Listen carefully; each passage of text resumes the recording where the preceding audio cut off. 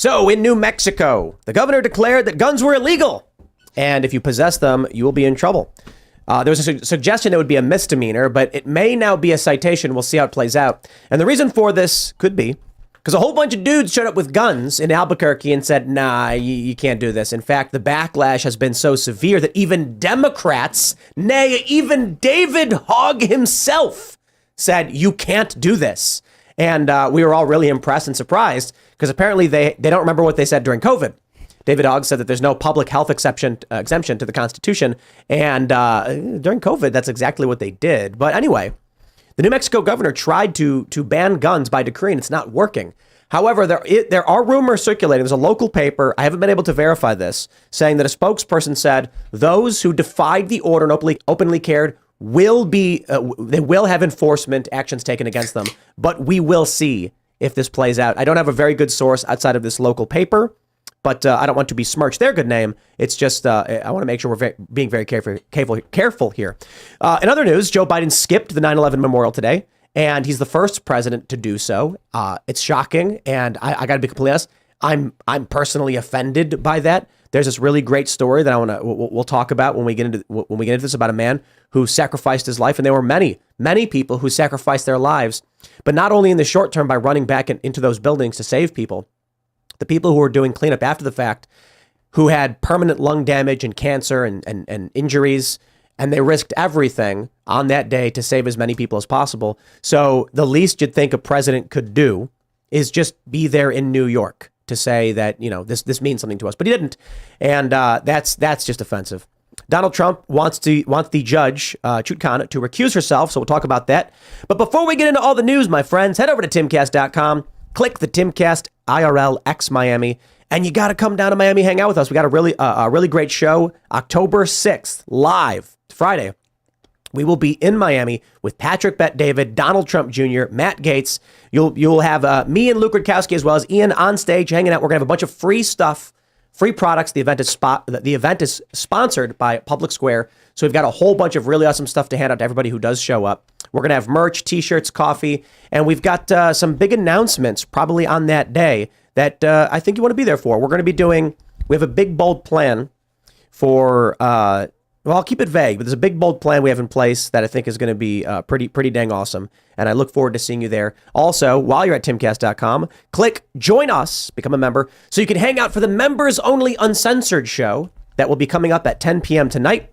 It's going to be a lot of fun, not so family friendly, and you as members can call in and submit questions. So sign up today to support our work. And when you do support our work, you're supporting all of our cultural endeavors.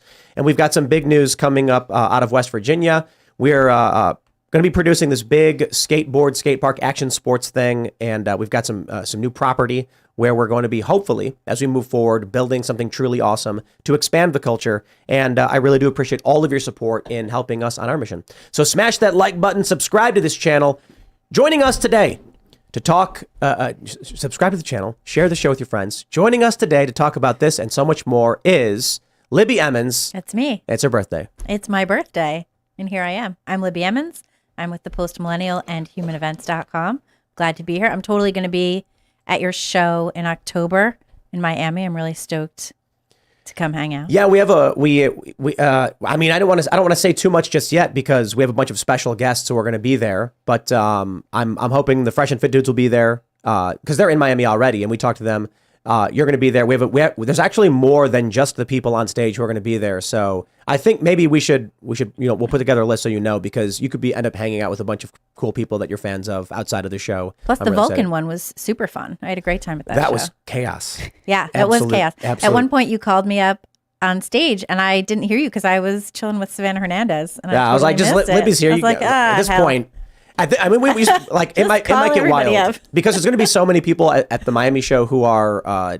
It's not just like it's Don Jr., Patrick Bet-David, Matt Gaetz, but there's going to be I think 10 or 15 other people. A bunch of us are going. We're all stoked. Yeah. So and then we'll probably just pull people up on stage because the conversation is a conversation. But yeah, happy birthday. Yeah, thank you. Yeah, this is my birthday. What a day. We got Hannah Claire hanging out. Hey, I'm Hannah Claire Brimlow. I'm happy to be back. I'm really hoping that Libby will do her impression of her grandfather at some point today. Oh, my grandfather used to call and wish me a happy birthday. Yeah. Yeah. Can I do it? Yeah. You want to hear it? So my grandfather's from New York. Born and raised in New York. He was born in Little Italy, downtown. And he used to call me on my birthday after 9/11, and he'd be like, "Sweetheart, I know it's a terrible day, but happy birthday." We're so glad you're here to celebrate And with us now. I kind of loved it just because for the sweetheart, but yeah, thank you. Well, I'm glad you're here. I don't feel like I don't have to say it, but I'm a writer for Timcast.com. I'm glad to be here. Ian's here too. Dude, what your birthday was? I didn't know your birthday was September 11th till just now. Oh yeah, it's my birthday. Did it mess you up? Well, I was already messed up. Let's talk about September 11th on the show a little bit. we're definitely gonna, because with the Joe Biden thing, but I definitely we're talking a little bit beforehand, and it's really interesting to hear your story about. I can tell you about my whole day. Yeah, we'll get into it. It's I mean, it's the famous saying, like, everyone remembers where they were when 9/11 happened. My mom has told me about where she was when Kennedy got shot. I don't remember, crazy. but she told me about it. Yeah, and it was your birthday. It was my birthday. So the first I don't want to spoil it, but immediately asked a question, and Libby was like, "Yeah," started laughing. But we'll get into it. We'll save it. We got Serge hanging out. What's up, guys? I am back. I'm ready for this one. You are, Tim. Let's go. Let's go. This is awesome. This is the coolest thing ever. From KOB4, gun owners rally in Old Town to protest public health order. They don't want to, they just call it what it is. The headline should read, "Gun owners defy unconstitutional and criminal action by governor." But maybe a little bit strong from me, but I think that's the fair headline. You've got this video. We've got Ford Fisher as well. Many people openly carrying in defiance of the governor's decree.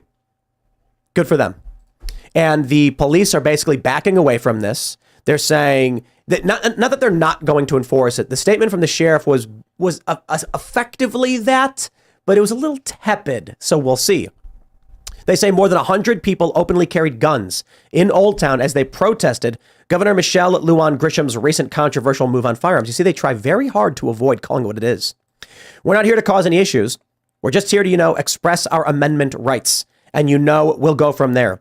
It was a rally against part of Grisham's public health emergency on gun violence, specifically the part where she banned carrying guns, either through open or concealed carry permits in Bernalillo County and the city of Albuquerque for 30 days. No constitutional right, in my view, including my oath, is intended to be absolute. There are restrictions on free speech. There are restrictions on freedom. That's what she said. My jaw dropped for a Second Amendment to be suspended.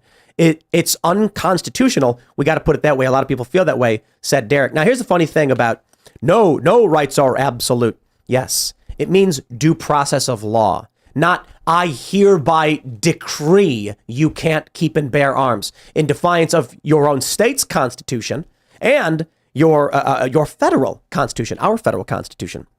So this is the story that we got. Sheriff of New Mexico's most populous county rejects governor's gun ban, calling it unconstitutional. Reject, because what does that really mean? The current rumor that we're hearing, and I think I have it here from the paper. I don't know what this publication is. I'm not familiar with it. I don't know how accurate this is. All I know is this is being circulated. It may or may not be true. Take it with a grain of salt. However, in it, they say that they reached out. It's the paper in Albuquerque. That's what's called, the paper. Reached out to Carolyn Sweeney, a Lujan Grisham spokeswoman, who said the order is being enforced and citations will be forthcoming from the state police. To ensure officer safety, we will not be providing additional details at this time. So I'm wondering if the move they make is to pull up videos of people who were openly carrying and then privately go after them. So imagine this. Someone goes to the rally and they're openly carrying legally, but the governor has issued a decree. They're on camera, facial recognition, whatever. They know who the person is. They issue a warrant for their arrest, and under what law or whatever. It's not going to be for open carrying. There's going to be some violation like defiance of public health emergency, section whatever. The cops are going to show up to the guy's house and say, we have a warrant for your arrest for, defiance of executive order, and list a bunch of charges, none of which will be having a gun.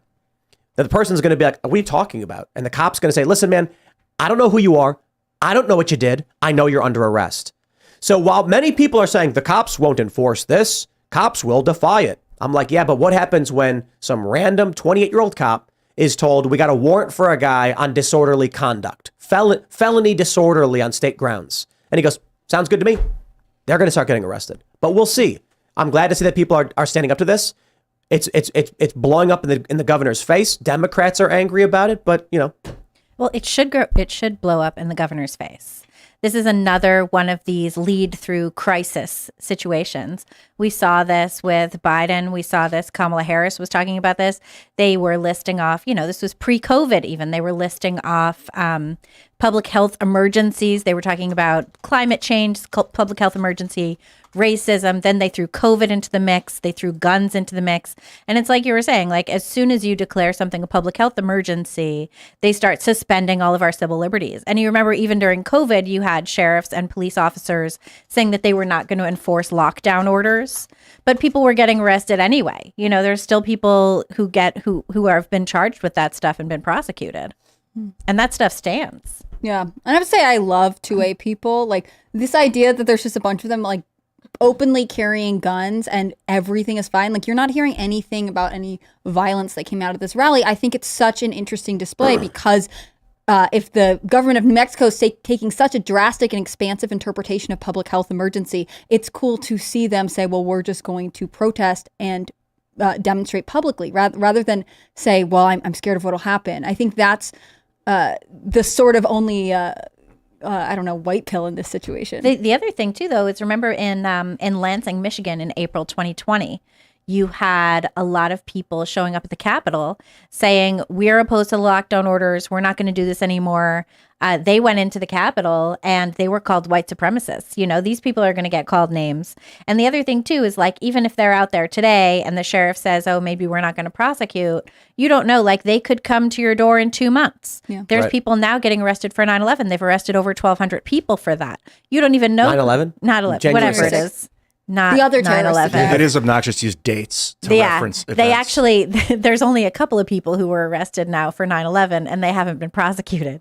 So they're still hanging out in Guantanamo and prosecutors are looking at plea deals for those people. But don't worry, we got all of the January 6th I have 9/11 in my head because it's my birthday. So I apologize. I've heard stories of people who were on the Capitol grounds that nothing ever happened. Right. So like a year ago, there were stories people would say where it's like, oh, I knew someone who was at that rally and they were walking around the grass, but they never got charged or arrested. They'll show up at your house.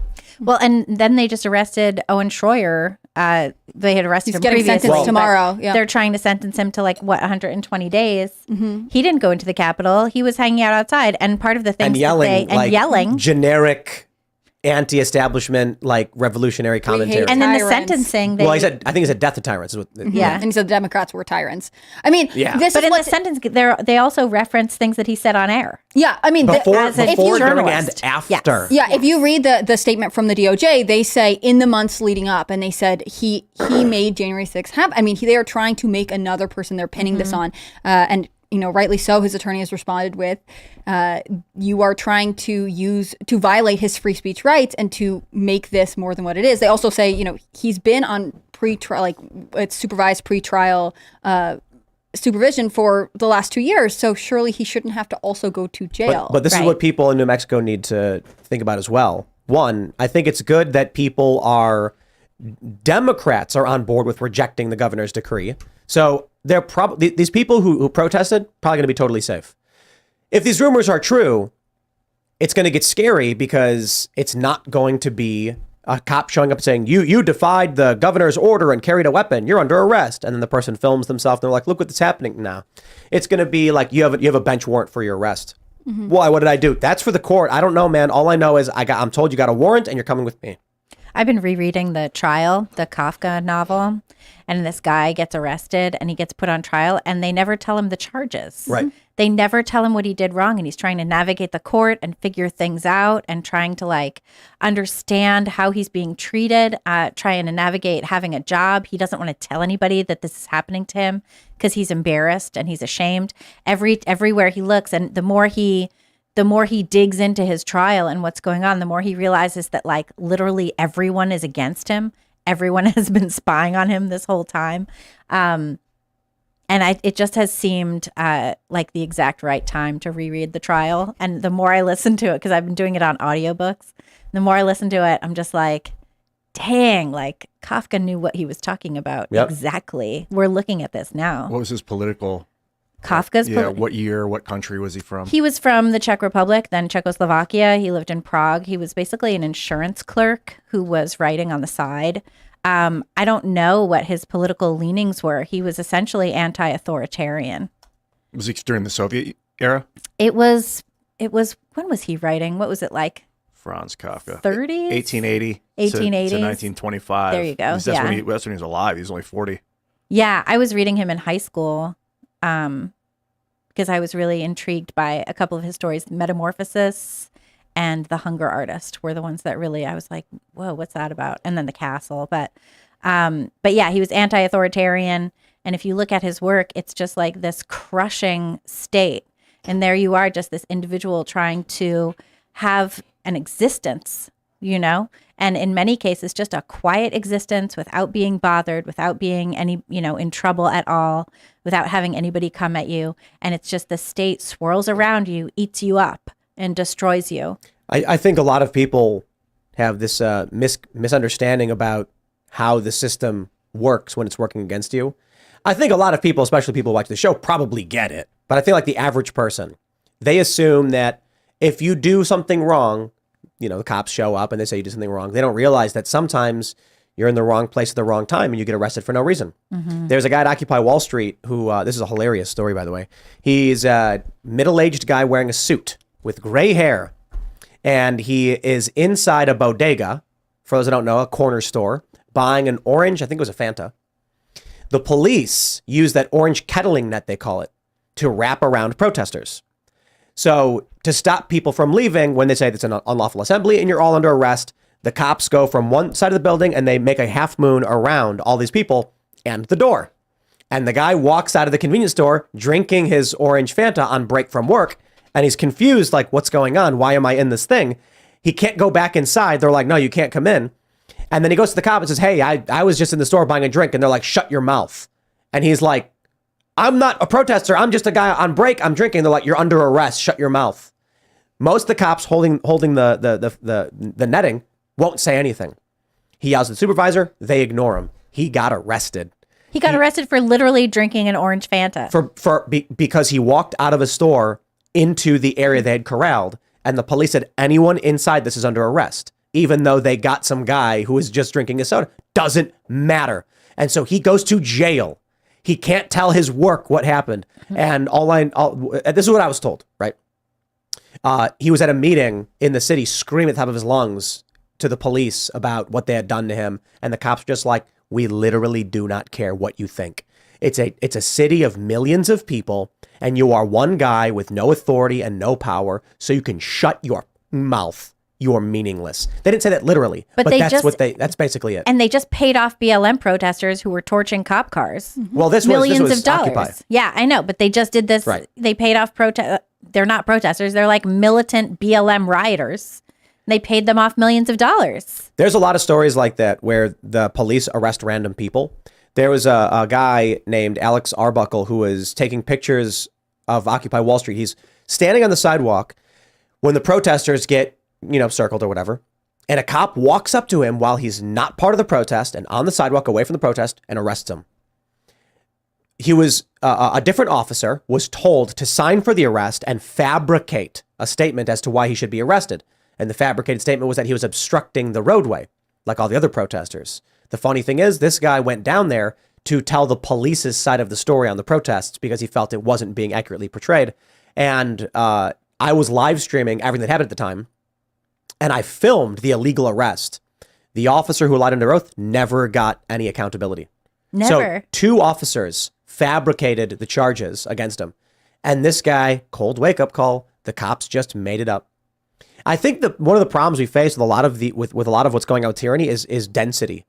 Like a lot of the problems that emerge that we complain about in terms of weird progressive cult-like behavior is just density of cities, and then an inability for people to how you deal with 300 violent protesters throwing bottles and rocks at cops.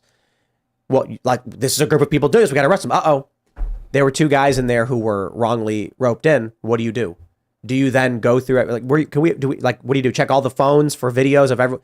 So they just say, we don't care. Yeah, I think the problems of corruption at the top is due to density too. Because when you know everybody you're working with, all 60 of your people, you have a personal relationship with everybody. You can make sure that everyone's needs are met. That if there's a problem with one of them, it can be dealt with. But if there's 300 million people that you're trying to govern, it just becomes numbers, man. I mean, that's what Lujan Grisham is doing too, right? She's saying anyone who is interested in having a gun is potentially dangerous, and therefore I'm going to carry this out on all citizens. I mean, it's a complete overreach, and that's similar to the position the cops take. We've decided there's a crisis, and so we don't care about the nuance. Let's think about it this way.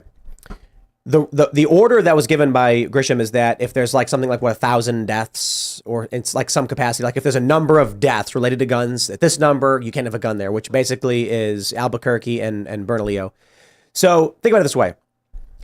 Let's say for every 100 citizens you have, every year there's one gun murder. That's a lot. Yeah. Okay, but hold on. Let's say that there's a town of 100 people, and every year one person dies in a shooting. It's shocking, but one murder is not going to shock the minds of every single of the town. They're going to be Iceland. They have like 4 murders a year, and there's substantially less people. So the issue is if it's what I have to talk about with the scaling problem.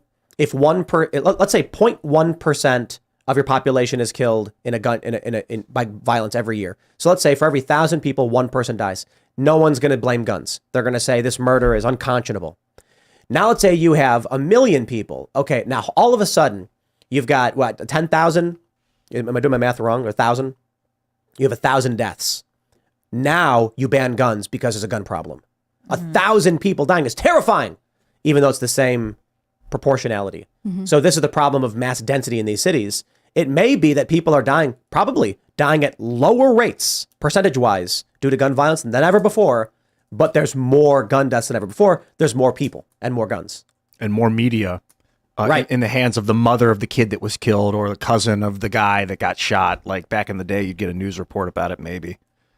Well, so here's the other thing. Like a police blotter. I remember always checking the police blotter. Now you get viral Twitter posts that 100 million people see and stuff that freaks people out over and over. And pre-2000, if someone got shot, they're going to die. Your chances of getting paramedics there, you're running to find a payphone. When I was a teenager, I watched a woman have some kind of stroke, and I'm 16, no cell phones. I mean, people had cell phones at the time, but they weren't ubiquitous. Right. I had to run into a bank. And it was, I run into a bank and I was like, I need help. And there was a guy speaking. He was, excuse me, we're in the middle of a meeting. I'm like, a lady just collapsed. And then they stand up and then they called 911 or whatever. But like, if I had a cell phone, like if it's today, I watch someone fall, I go to my phone right away. Right. So that but that means you probably have more people dying like in the 90s. And you could probably see, homicides going down. You actually can because of cell phones. But now, because we have more and more people, she's justifying the amount of people as the reason why to ban guns. But also, criminals aren't going to care. They're going to carry guns anyway. Oh, as always. That's always the thing. Well, let's talk about the... Go ahead. Oh, I was going to say, let's jump to the story about Owen Shroyer. This is a big one. Owen Shroyer responds to the DOJ sentencing recommendation. When I saw this story, we know that Owen Shroyer is being targeted because of his speech. He was on the Capitol grounds. He did not go in the building. His charges are like misdemeanor trespass of some sort. They want him to go to jail, federal prison for 3 months. And the factors in the sentencing guideline recommendations were his speech before, during, and after. Shocking. When I read what his response was, I thought it was very important considering what's going on. Let me read for you from Timcast.com. Actually written by Hannah Claire Brimolo. Hey, guys. Owen Shroyer has asked the judge overseeing his sentencing to go against the recommendations submitted by the Department of Justice. While in D.C., Shroyer told a crowd of people over a bullhorn, the Democrats are posing as communists, but we know what they really are. They're just tyrants. They're tyrants. And so today on January 6th, we declare death to tyranny, death to tyrants.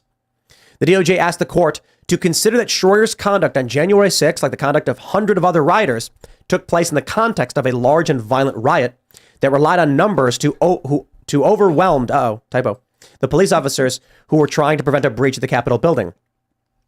All right, so here's where it gets good. In their response to the government's proposed sentence, Shroyer's attorneys argued the prosecution is taking direct aim at freedom of speech. Quote, it seeks to penalize Mr. Shroyer for his viewpoints, claiming apparently that his views are relevant offense conduct that must be considered in crafting a sentence sufficient, but not greater than necessary, to punish the crime to which Mr. Shroyer pleaded guilty.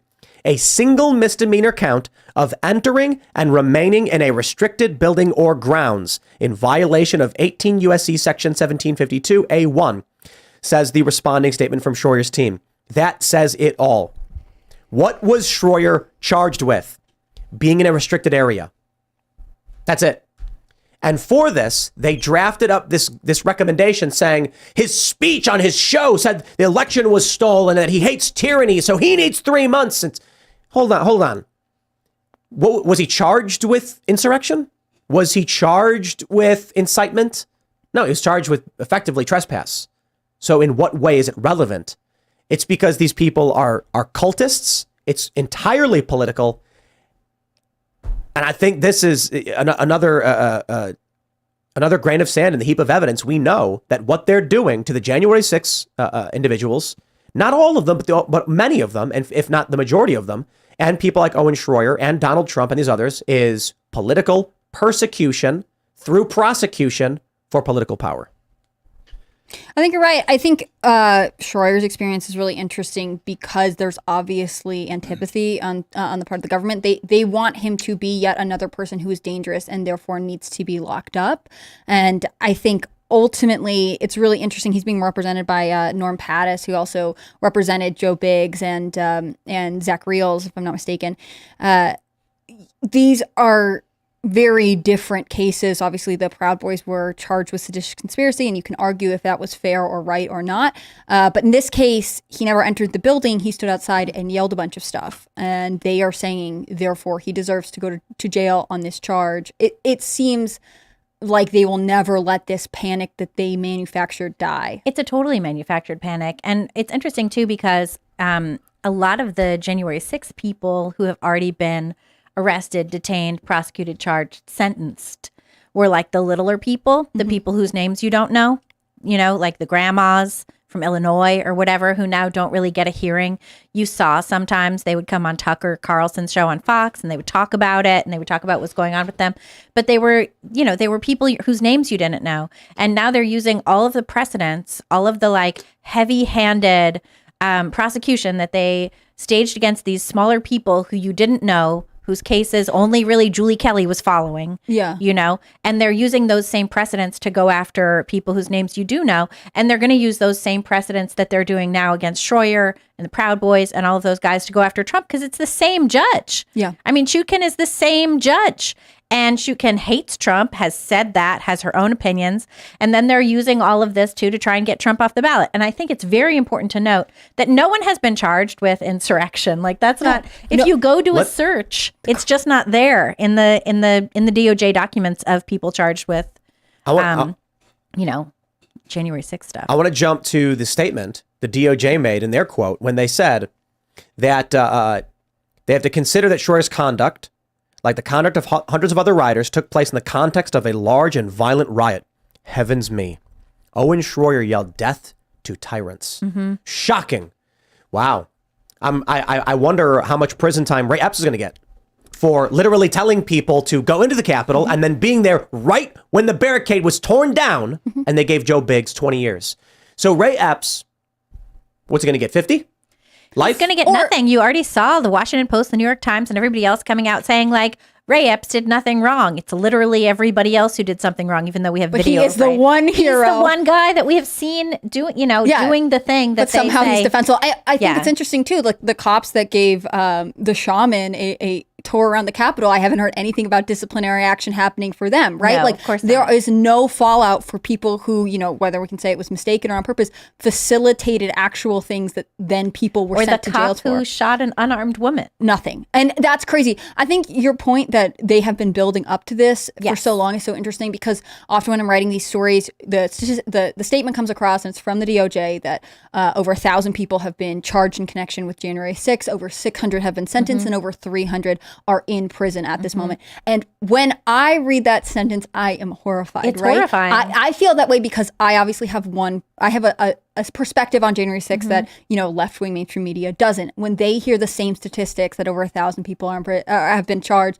that over 600 people have been sentenced, and that over 300 are in jail, they think, good job, we're getting them. But it's and also that's so insane. freaky. Like in Portland in the summer of 2020, they rioted for over 100 nights straight. They tried to burn down a federal courthouse. Donald Trump was like, we really should send in the National Guard. And the governor was like, no, don't we do that. hate you. Don't send in the National Guard. We would rather have our courthouse burned down. And instead, they tried to set fire to the mayor's apartment building while there were people in it. Yeah. And this is all totally fine. And then we hit January, 6th, 2021. They call it deadly riots. It was literally one day. It was one day. deadly riot caused by the police officer. Right. Also, where everyone went home by 8? Right. It was literally one day. And they talk about, people brought weapons. There were tasers and a fire extinguisher. I love how they also say they say, oh, there's no way that they would have been able to overthrow anything. Don't they understand how this government thing works? Like, you can't just take the building and overthrow everything. And at the same time, Right. they act like that's what would have And happened. today, there were right. leftist agitators occupying House Speaker Kevin McCarthy's office. Why are they not going to jail for 25,000 years? I think you meant insurrectionists. Insurrectionists? Yeah. We always are going back and forth over what words to use for these psychotic people. What those people were doing at Kevin McCarthy's office, just straight up on the table, is that legal? I don't know.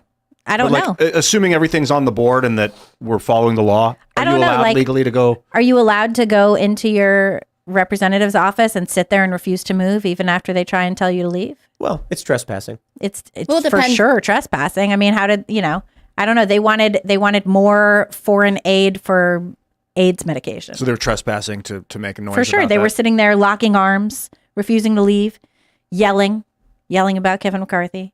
I guess the answer is no, it's not legal. I It's don't think, trespassing. it seems pretty trespatory to me.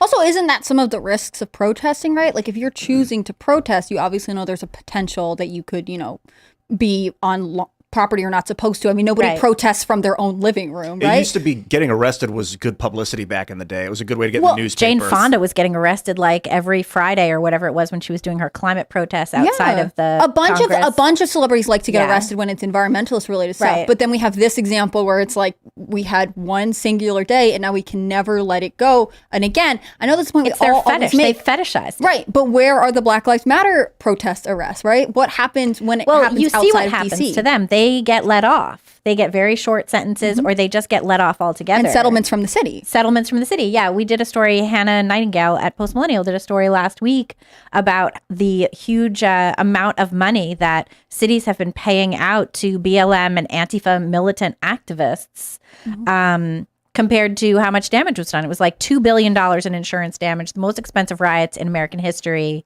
in 2020. And cities have been paying out millions and millions of dollars to people for having arrested them. One guy in LA got paid out like millions of dollars for being shot with a rubber bullet. Now, do you remember the summer of 2020? It was like, defund police. You have to use non-lethal crowd control. So they use non-lethal crowd control and the city still has to pay out millions of dollars? What the hell is that? Because they're not supposed to be against that narrative where it's okay to be against whatever they have demonized It's anybody absolutely who went to January insane. 6th. I mean, even when you look at this now, a lot of the mainstream coverage of it has dropped the fact that Trump held a peaceful rally where he talked and then Right. later said, everyone go home, don't go there. They just dropped it completely. They act like people randomly showed up in DC to riot. And that's obviously not what happened, but that's the narrative that they would like. That's the history they would like to preserve, that the BLM rioters were just peacefully protesting while No, things the BLM burned. rioters were involved in a public health emergency. Yes. Remember? Because They racism was helped- a bigger public health emergency than COVID. That's so true. I'm never forgiving the whole COVID thing. I'm never getting over that. Do you think on January 6th, there was some violence? Obviously, some people rioted, smashed stuff up, There was fought. a riot There was for sure. There was lot a of people riot. rioted. So Owen going it was there a riot. and saying Other side of the building. Owen was on the other side where there were no riots. My understanding is that where Owen was with Alex Jones, it was just people walking around. They were not at the area where people were smashing and throwing things at cops and stuff.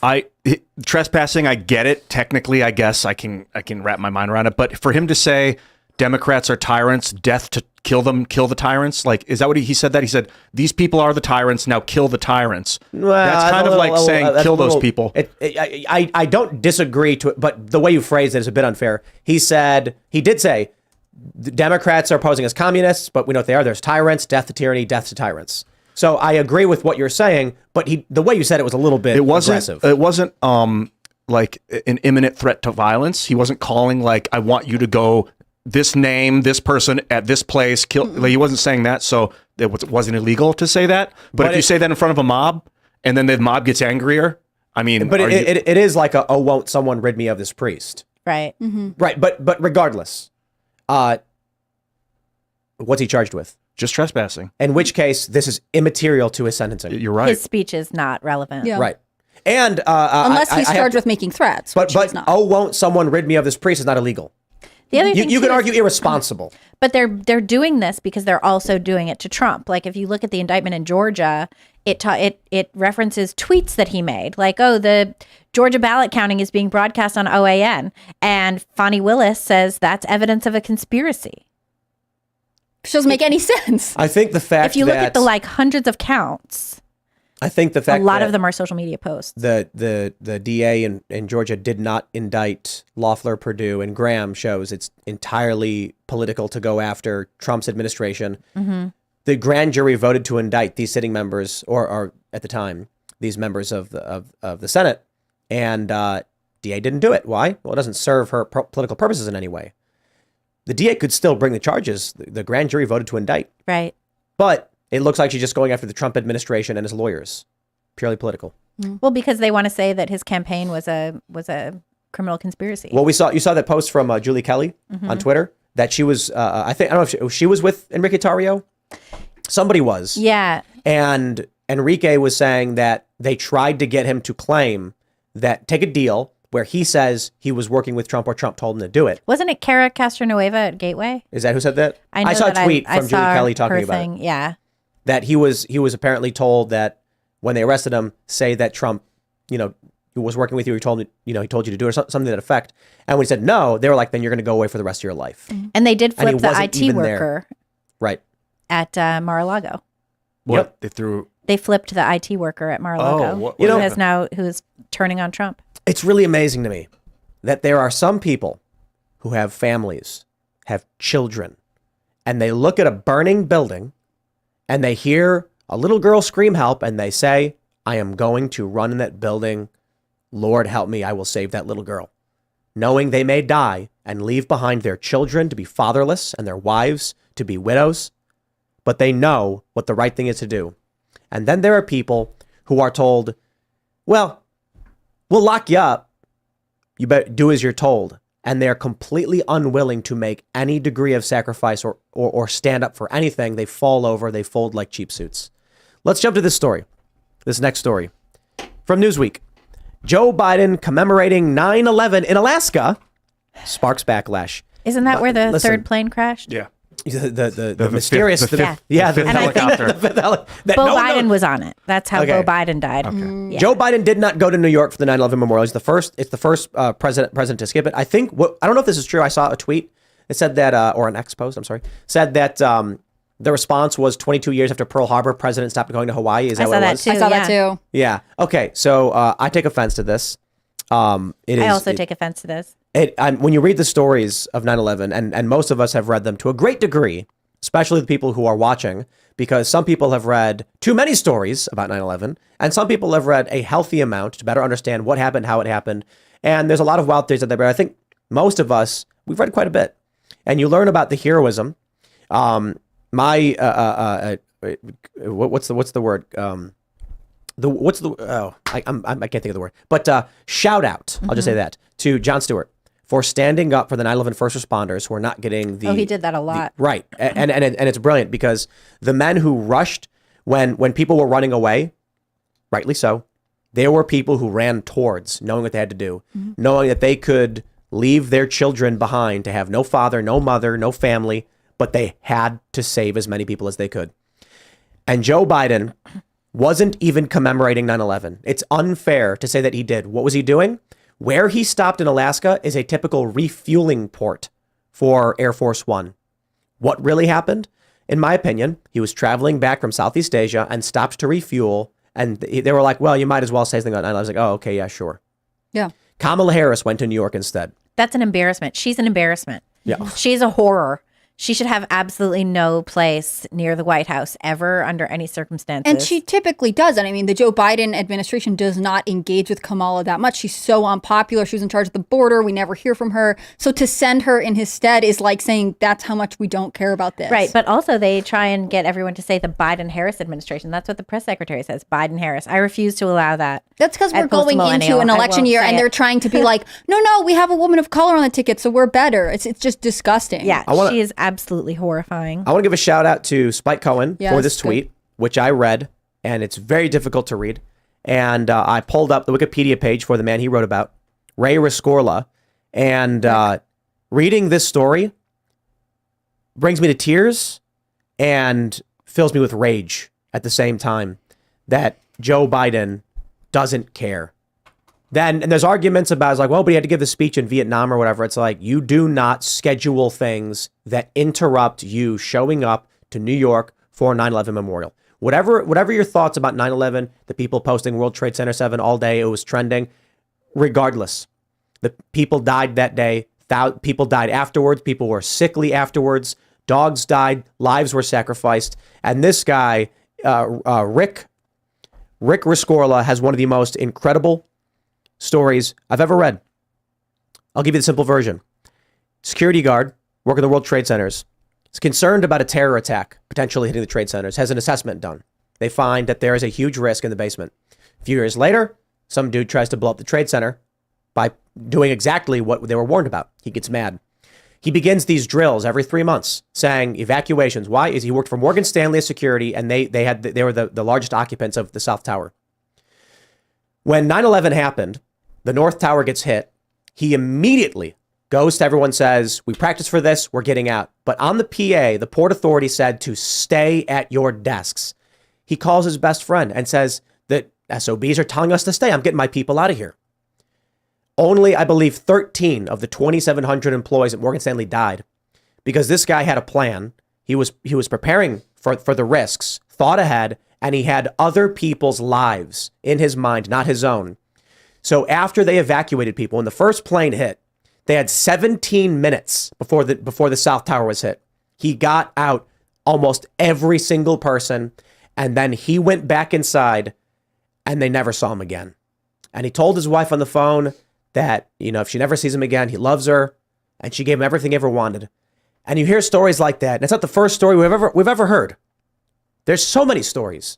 And I hear a story like that, and I hear a story about all the first responders that Jon Stewart was defending, and this is what gets me so angry at the people who would reject. I think the 9/11 first responders should have been given $1 million a year for the rest of their lives, and so many other people in this country, considering how much wealth we have. And you hear stories like this, and you hear stories of the dudes who rushed in full speed, never to be seen again, leaving behind families, the people who are victims who died in this, the people standing at the edge of the molten steel in the burning building as it sprays out, the people who had to live for decades with damaged lungs and cancer. And the least you can do, Joe Biden, is show up. Literally, the minimum is just showing up. I'm pissed, man.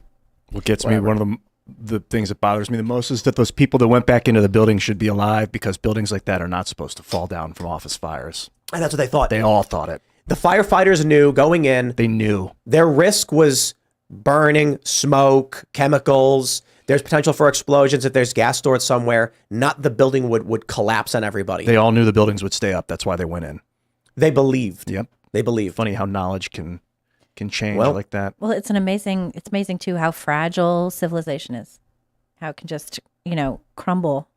Everything you can believe about it. You can believe that the, steel I-beams are going to stay forever, but it's all just going to crumble.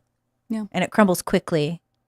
I feel like our civilization is crumbling rather quickly at this point. We built it up so high, it was so big, and now it's just like crumbling. When I see stories like this, though, what an amazing and incredible man to do this, to know, to not worry about what the authorities are saying, to know himself what's important and to go for that. so often now people just believe what they're told, and there's no reason to believe what you're told. You have to think for yourself in every single circumstance. And it's just like clear, the more things that come up that it turns out we can't trust what we are told.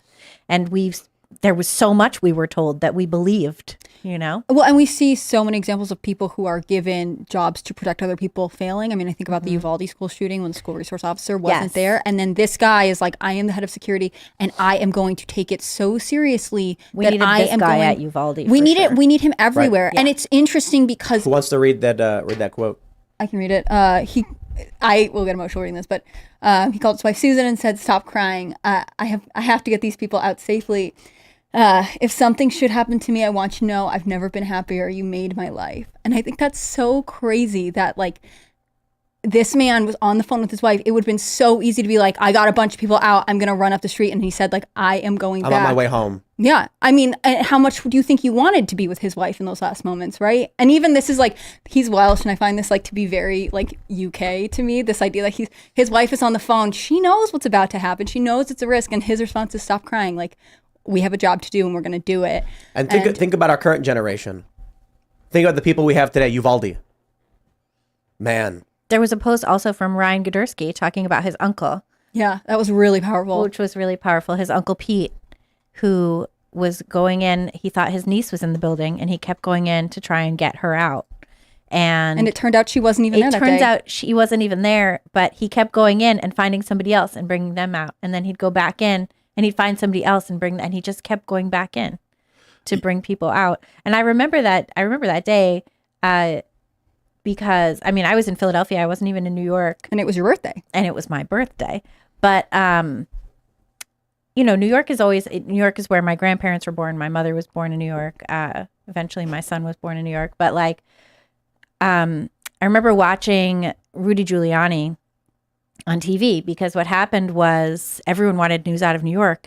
So all the channels in Jersey and Philadelphia just tuned into like the New York local news, like New York One, right? So we were all just watching New York One, and Rudy Giuliani like came on and he started talking about it and what was going down, and he started talking about how alternate side of the street parking would be suspended.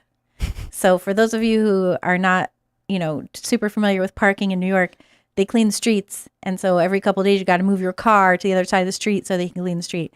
And Giuliani started talking about alternate side of the street parking would be suspended. And I was like super emotional feeling. I was like, New York is still New York. Rudy Giuliani's in charge.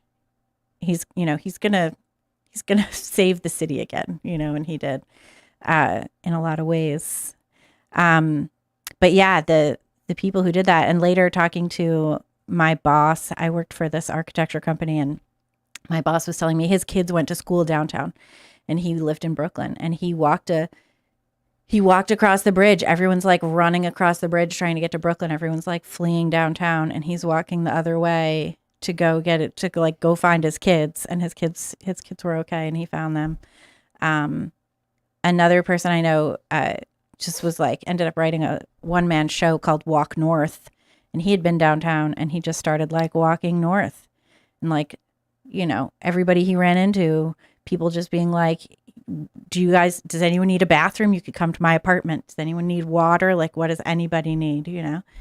My buddy was walking north that morning after the planes hit, similar situation to get uptown. And then people were screaming that there was another plane coming, and they all just thought that it was. No one knew what was happening, that we were under attack from all angles. They would scream, panicked, and run into buildings and hide and stuff like that. No other planes ever came. After the second plane hit, everything changed. When the first plane hit, it was this an accident? Right. That's what I thought first. Yeah. Some like, wow, what could have happened? The low visibility, who knows? And then the second plane hit, and it was clear. And the stories I heard from some people, just similar to what you were saying, no, the day was not over. I mean, World Trade Center 7 collapsed at 5 p.m. that day? Yeah, something like that. Something like that. So, I mean, if you're in New York, and after, it's 10 a.m. and all this is going down, and then later on in the day, all of a sudden another building just collapses, shattering in the middle and just falling straight down without even being hit by a plane. Who knows? Any building could have just fallen down. Could happen. That was like you said earlier, how fragile things are in life and things. And I believe that, but I also believe that steel skyscrapers are not fragile, and that yes, life is fragile, but life can also be destroyed by outside forces if you're not paying attention. And just like the United States was taken over in 1913 by this Federal Reservist corporate fascist system, I feel like our buildings were blown up. Dude, World Trade Center 7 does not just fall down on its own unless its structures are blown out. Who blew out the supports? Why didn't World Trade Center 1 and 2 fall near free fall? Who blew out the supports? Well, the city also changed the way that buildings were inspected. So my grandfather was an engineer, and he would like inspect buildings. And the way that he used to inspect buildings he would go up inside buildings and he would check it out. He would look at everything. He would, see everything he could possibly see. He would go up into all the different nooks and crannies of the buildings and figure out what was going on with it. And the city changed the rules of how you inspect buildings so that no longer did you have to go up into the building, but you could just stand in a building somewhere else with a telescope and look at the building from there and look at it that way. And my grandfather was just like, this is ridiculous. This is not how we fix buildings. And he was going up to buildings being like, I can see from here that gargoyle is going to fall off of, whatever. He was like going up into the Chrysler building and all this stuff, looking at it from all the angles, being like, this is how you got to fix your building. Your building is in danger. But they changed the way that they looked at the buildings. They changed the inspection methods. And they made it worse. They made it substantially worse. When did they do that? I don't remember exactly. I knew you were going to ask me, and I decided to tell you the anecdote about my grandfather anyway, just because it says sweetheart. But I know that they did change it, and they changed it substantially long enough ago. I think there's a simple truth. The government did not tell you the truth about what happened on 9/11, and I don't care what the media writes about me. They're morons. If you think the United States government being attacked or whatever you think happened is going, let's operate under the assumption that everything about they said is true. That would mean that the U.S. government revealed to the world, quite literally, how the Pentagon got attacked. Mm-hmm. That's crazy. They're Come not on. going to do it. They'll tell you what they can tell you, but there's a thing called classified and top secret. And if you think that after we got attacked on 9/11, the government was like, here's all of the secrets about what happened. Oh, come on. So, it's funny when Vivek Ramaswamy says we're learning now about, the Saudi involvement or whatever, and they try to make him look like a conspiracy theorist. You really think that the government just declassified literally everything? No, there's probably a bunch of documents that even Trump knows. And he was like, oh, wow, didn't know that happened, but they're not going to tell you. I remember at the time, because after 9/11, the rents went down in New York, and I was like, oh, as soon as I get a job in New York, I'm moving to New York, which is what I did. But I remember then it was the Patriot Act, which is, of course, one of the most egregious violations of American civil liberties in the history of a country, and it's still in effect. It's basically warrantless surveillance of Americans.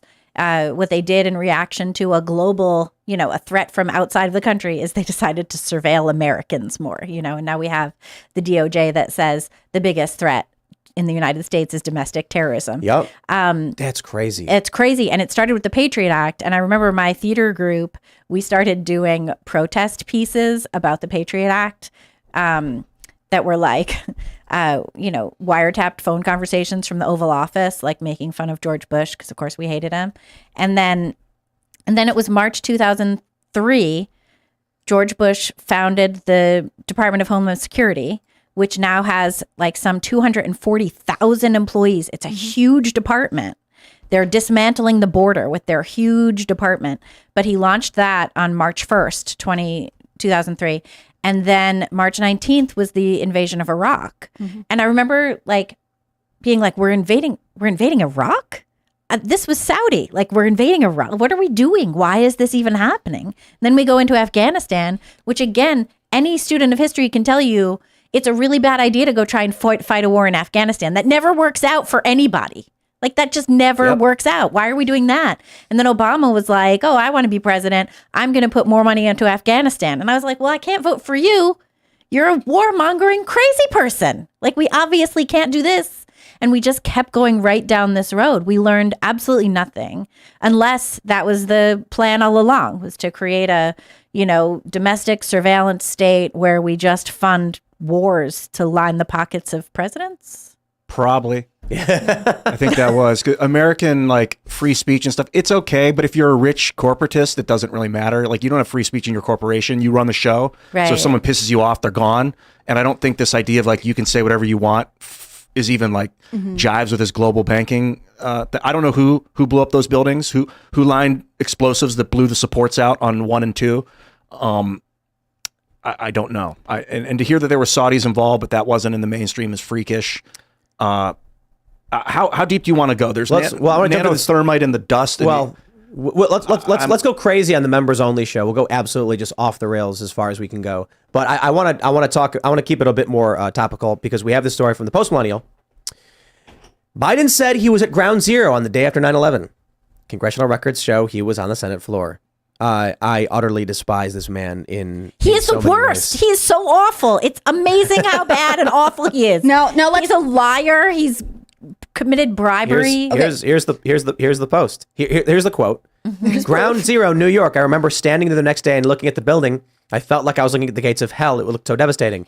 Here's him on the Senate floor on 9/12 at 1:45 p.m. Now let's play a game. Do you think DC. it's lying or do you think it's dementia?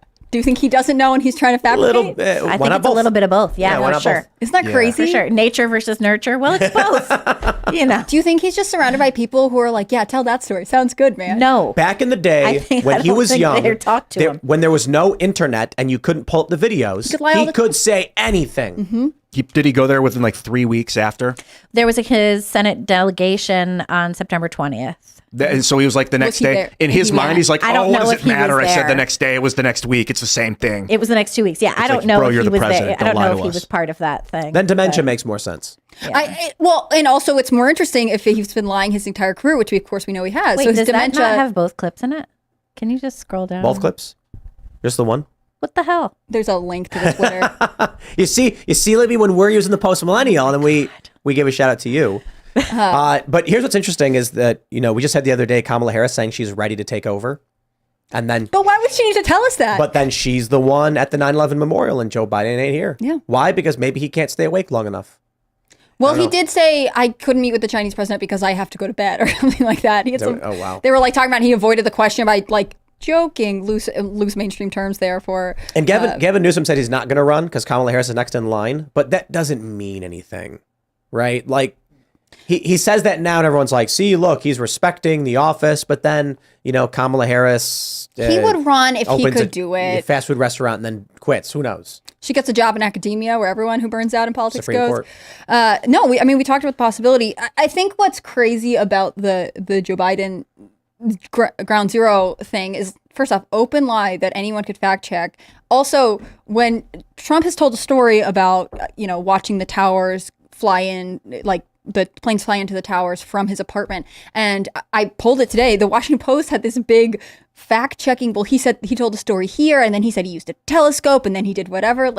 But no one is going Right. to issue a correction other than, respectful people at the Post Millennial, right? Like, what is this that everyone can pretend like Joe Biden is just saying the truth all the time? But There's- anything Trump does, they are willing to tear down. And it's right there on C-SPAN. There's a photo of Trump on the ground afterwards during like recovery efforts. And then there's a fact check where it's like, he did not go down to 9/11 and I was like, what? But he's literally there. They use technicalities to be like, this is what they always do. They say, did Donald Trump go down to the World Trade Center wreckage to help recover on Sunday? at No. 3:15? It was Monday.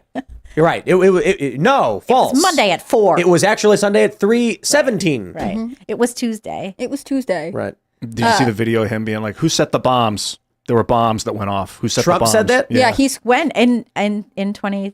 Like the 2001? day after. Like he's down at the wreck. He's like, I've got 100 guys in there working right now. I'm headed in to give him moral support. I want to know. And it's different clips of him being like, there were bombs. There are firemen who were like, bombs went off. Boom, boom, boom, boom, boom. And then the building just comes down. Trump knew. He was there. He's like, what? These steel skyscrapers do not just fall out of office Well, fires. we'll talk about that in the members only. sure We'll will. go nuts. I think one of the craziest things, and I think Trump is representational of this because when he talks about 9/11, he talks about it with, a gravity that we're obviously not seeing from Joe Biden, right? I mean, Joe Well, Biden. it's Trump's hometown. It's Trump's hometown. He feels it really deeply. And I think it reminds me of, because I grew up in Connecticut. So, we did, like, everyone got bused home from school. It was a big deal. I was very young. So, like, I don't have all the clearest memories of it. But, for years, especially growing up in this region, you know, people who have stories are like, oh yeah, my dad was supposed to have a meeting there that day and then he didn't, or like my mom did this, that, and the other, and it, you know, whatever, you know, people who are affected by it. The one that I think of the most is someone I knew had a son who was in high school at the time, and they could see the buildings coming down from his high school, and he was standing there with a classmate, and the family friend's son is Catholic. So he said a prayer and then he crossed himself. And his friend was like, went home to his dad and said, you know, I wish we had something like that, because I, in moments of these complete terror, how does anyone respond? And I wish I had a way to just like express how I was feeling. And I find this really interesting because rather than acknowledge the gravity of the situation and the fact that so many people had this moment where they thought, are we going to be okay, we collectively, to then decide like Trump is wrong because he didn't go down when we said he did. Meanwhile, it's okay for Biden to say, well, after 20 years, I've decided it's not worth remembering this. I mean, this impacted people so profoundly that maybe he should have just been honest and been like, yeah, we had to refuel on the way home from Asia. I couldn't make it. But even then, it seems crazy. He should have come home yesterday. You get to yesterday. the point where the generation you're targeting with votes don't remember. So it's not just people who were born in 2001 or after. It's the people who were born in 1997. Who don't remember. I remember after my mother was a securities lawyer.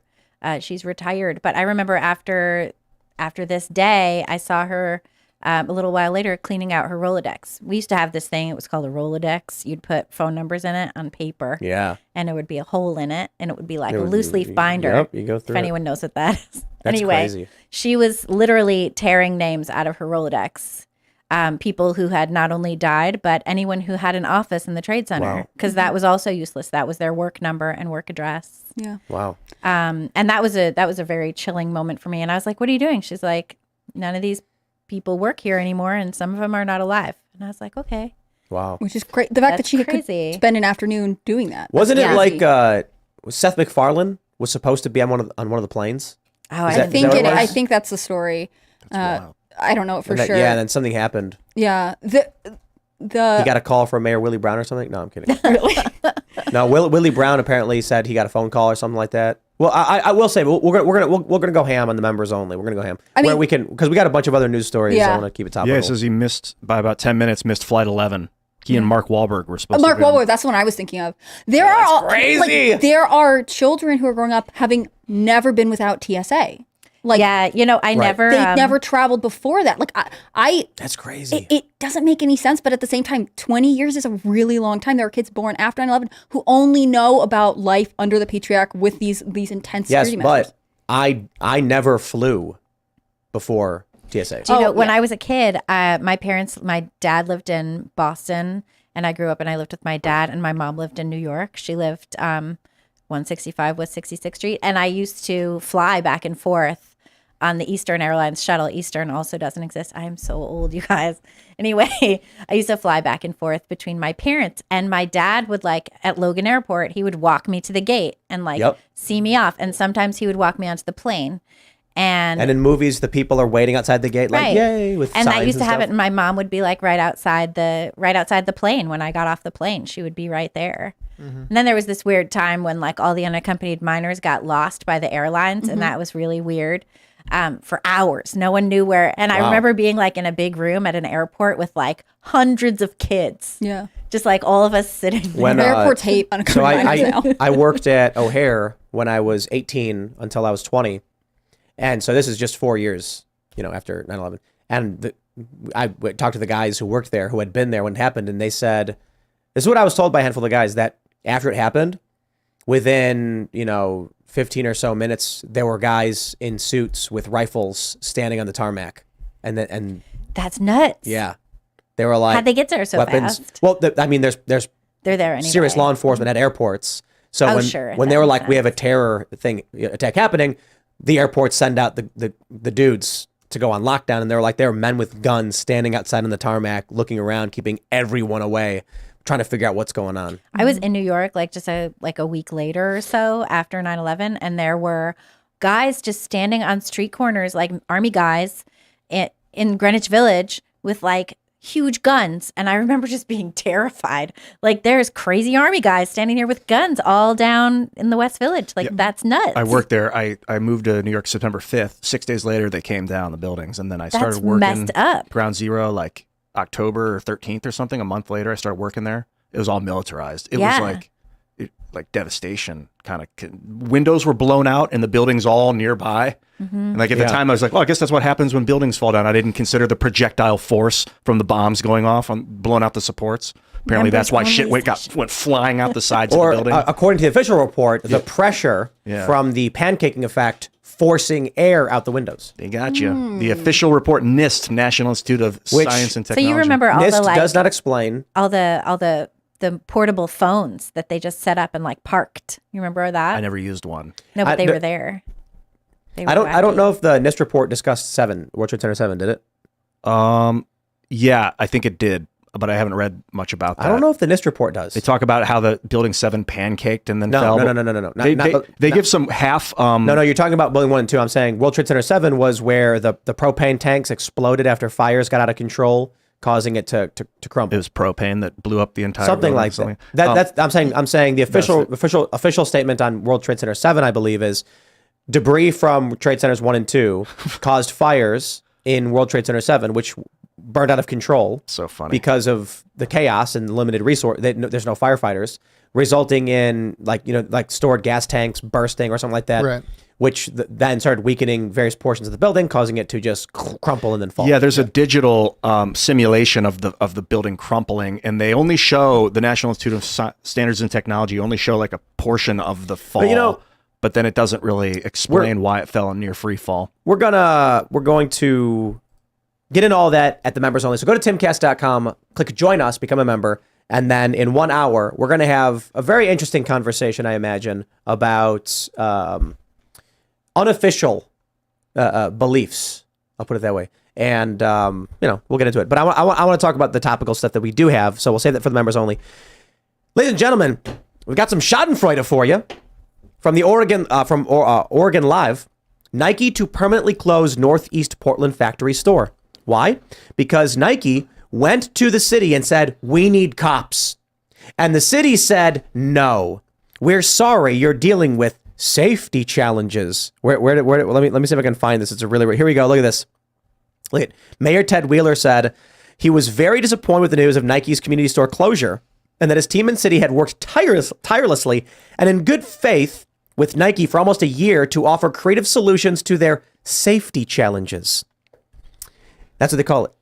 When mobs raid your store, when far-left extremists set fire to property all around your city Set fire to your apartment building. over. Whenever someone Safety challenge. says they're Safety doing challenge. something in good faith, that makes me feel like it's full of it. Like that they're full of it. Like they're just making that up. You don't need to tell me it's in good faith. If you tell me that, it's like you're virtue signaling, and it's not really in good faith.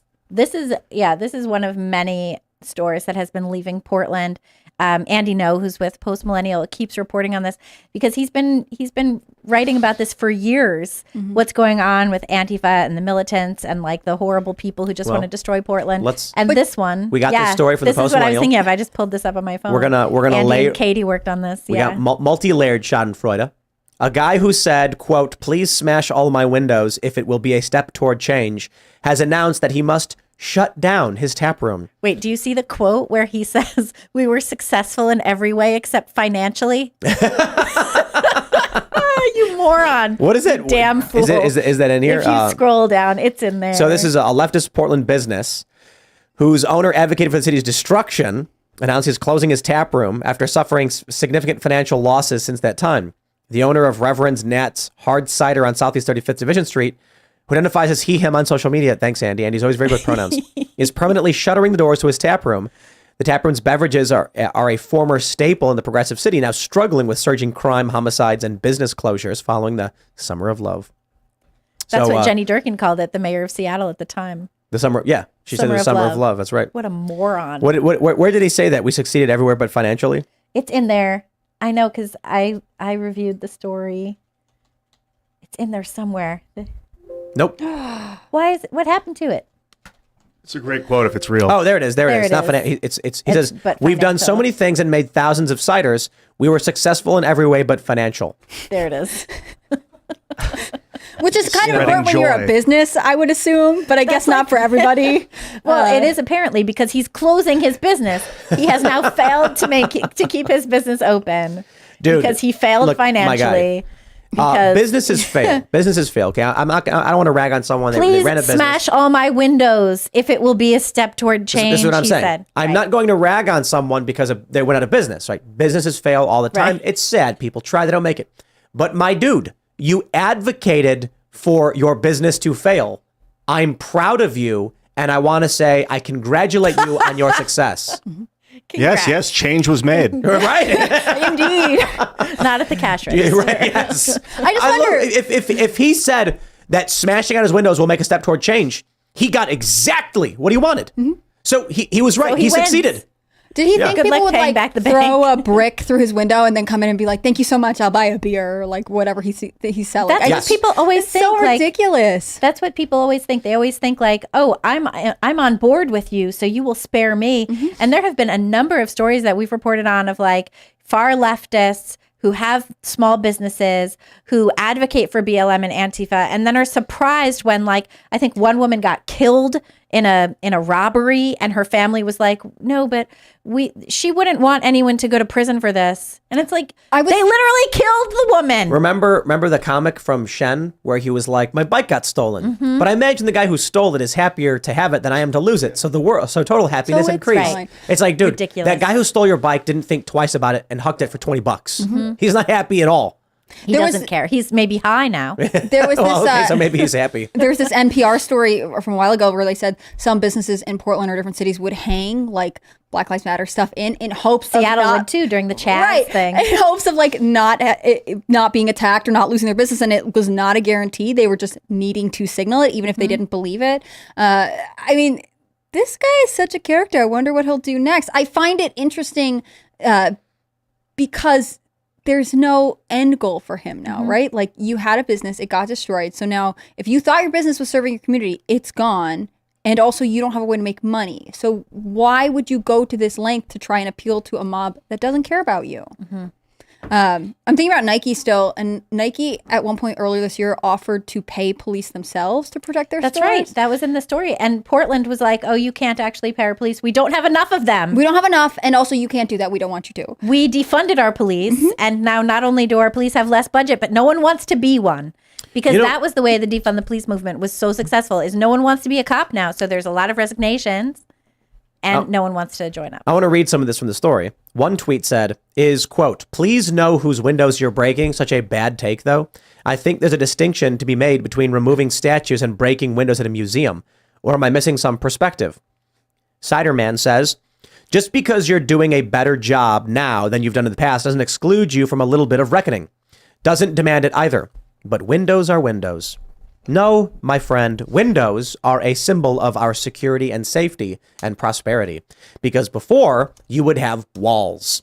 And when we started putting up thin windows that could be shattered with a rock sitting right in front of it, that was a sign that we were honorable and secure. And we were not concerned that you could easily make your way into my building and steal everything I own. There are coffee shops, Starbucks, for instance. Yo, come on. Starbucks windows, I don't know. Maybe Starbucks buys bulletproof windows, but most windows are easily broken. And that means we shifted as a society towards lowering our security to a great degree because we trust each other and we function together. And these people exploit our goodwill with death and destruction. And they just, windows are windows. Then let's go back to putting up walls. Windowless stores. How about that? Brick.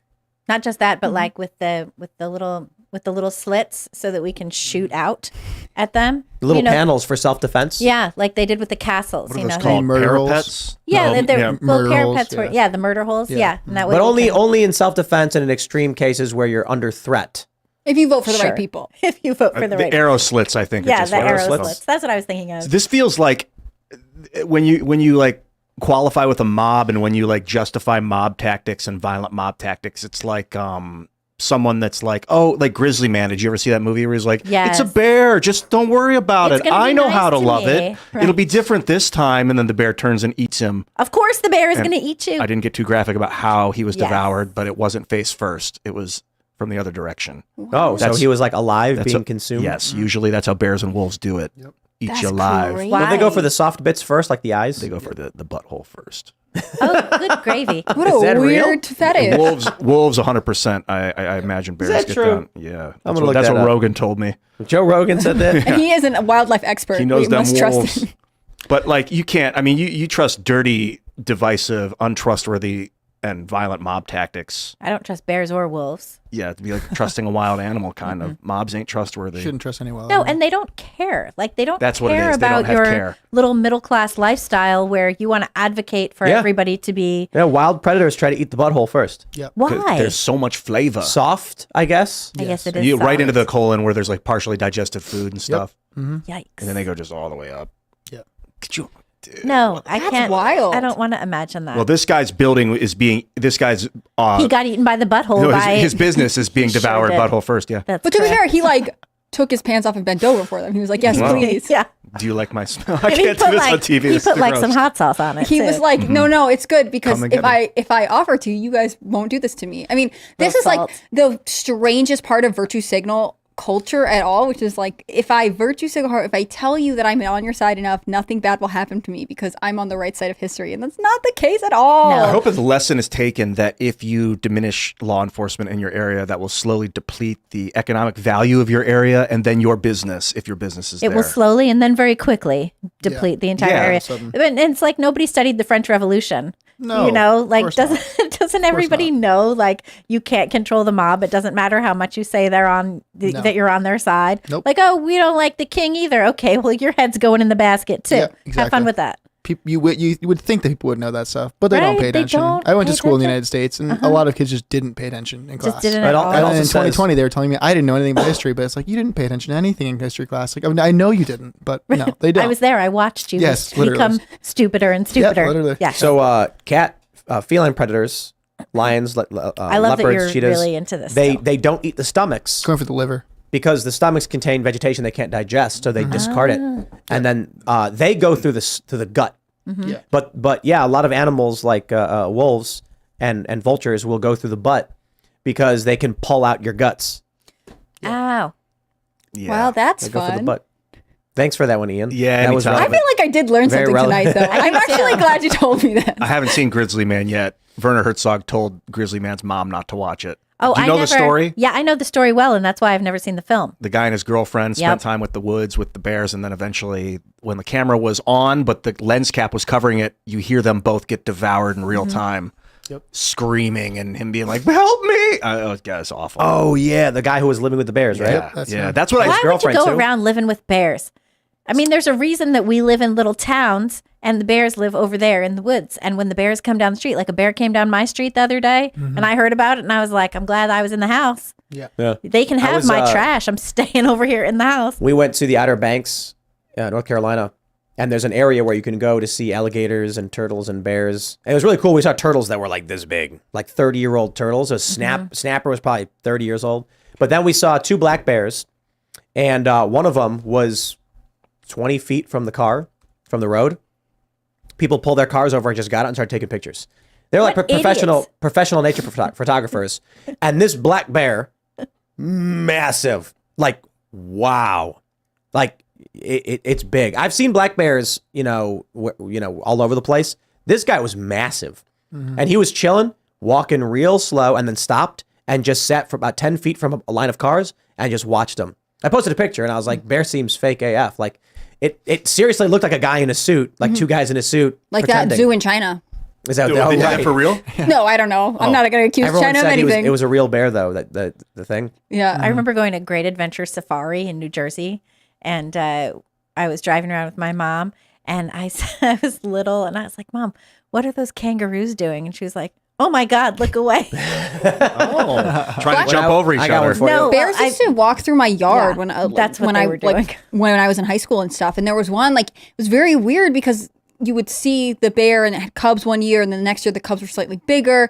And I have much younger siblings, so we used to like have to send them out with air horns to play in the yard because you just don't know when the bears are going to be there and they're not going to be there. I got But you can't just keep kids inside all day. when I was in That's 6th grade. creepy, Hannah Claire. Thank you. That was my rural upbringing. Yeah. I was in 6th grade. We went on a field trip I can't remember which zoo we went to. It was one of the ones in Chicago. And we went to look at the baboons. And one of the baboons, okay, wait, earmuffs. I think I know where this is going.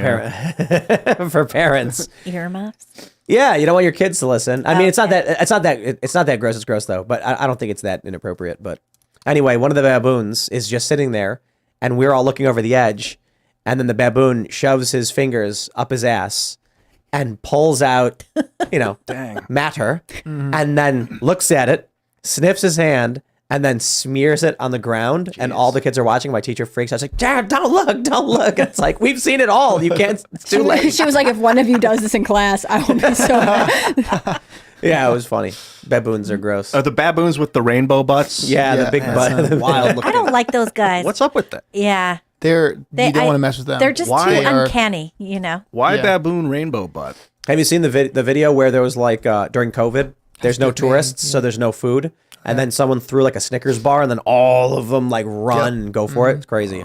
Yeah. You don't mean wanna mess with nobody those was guys. feeding them? Well, so like normally they're tourists throwing things that eat the Oh, garbage. I see. With no tourists, there's no food, Right. and that's also why like the rats came out in New York City. They were And- everywhere. Oh yeah, just like huge groups running around because they were like, "There's no food anymore." We better go find it. Crazy. We better go attack people. Yo, I've seen some creepy rats in New York. Rats are creepy in New York. Remember Pizza Rat? That was real. Pizza rat? Yeah. What was that? He like found a slice of pizza on the subway and he like dragging it off. Yeah. He just needed a snack. You guys are so mean to him. I saw a squirrel doing that once. It was awesome. It was just holding a huge slice of pizza, and I was like, "Yeah." I saw a TikTok of a seagull going into a Whole Foods, Yep. pulling a sandwich out of its face. Okay, and then it waits for the doors, and then someone tries to run up to it and is like, for it. but then afterwards, someone else is like, no, you shouldn't have a sandwich. And it's like, dude, leave me alone. But if you're a seagull and you know how to steal a sandwich from Whole Foods, You like deserve it. that's Well, your sandwich. There's a Earned it. video of a seagull walking. There's like a grocery store with like a bodega, and the door's open, and the seagull walks in, grabs a bag of chips, and walks out. Probably because the seagull recognized the bag, saw it on the From ground trash, once, sure. saw the food in it, saw it and they're like, "Hey, that's where it is." The seagull probably wasn't thinking I'm stealing. The seagull was thinking like, "Oh, look, another bag." The seagull was Seagull doesn't thinking understand food. currency. Right. It was just literally food. There's It's just food sitting there. operating in the Right. system that it thinks we have created for it. And I Wait feel like until we should bears give him figure it credit. out. The elephants figured it out. Did no. you see the video of the elephant stopping the car that's driving with all the sugar cane on it, and it like walks out onto Yeah. the road and blocks it, and then grabs sugar cane off the truck? Yeah. Smart Or, like, elephant. the Well, videos- elephants are really smart. Yeah. The videos of bears breaking into houses and they like open the fridge and look around. Like they Wow. know you have something in there. Oh yeah. But not stealing.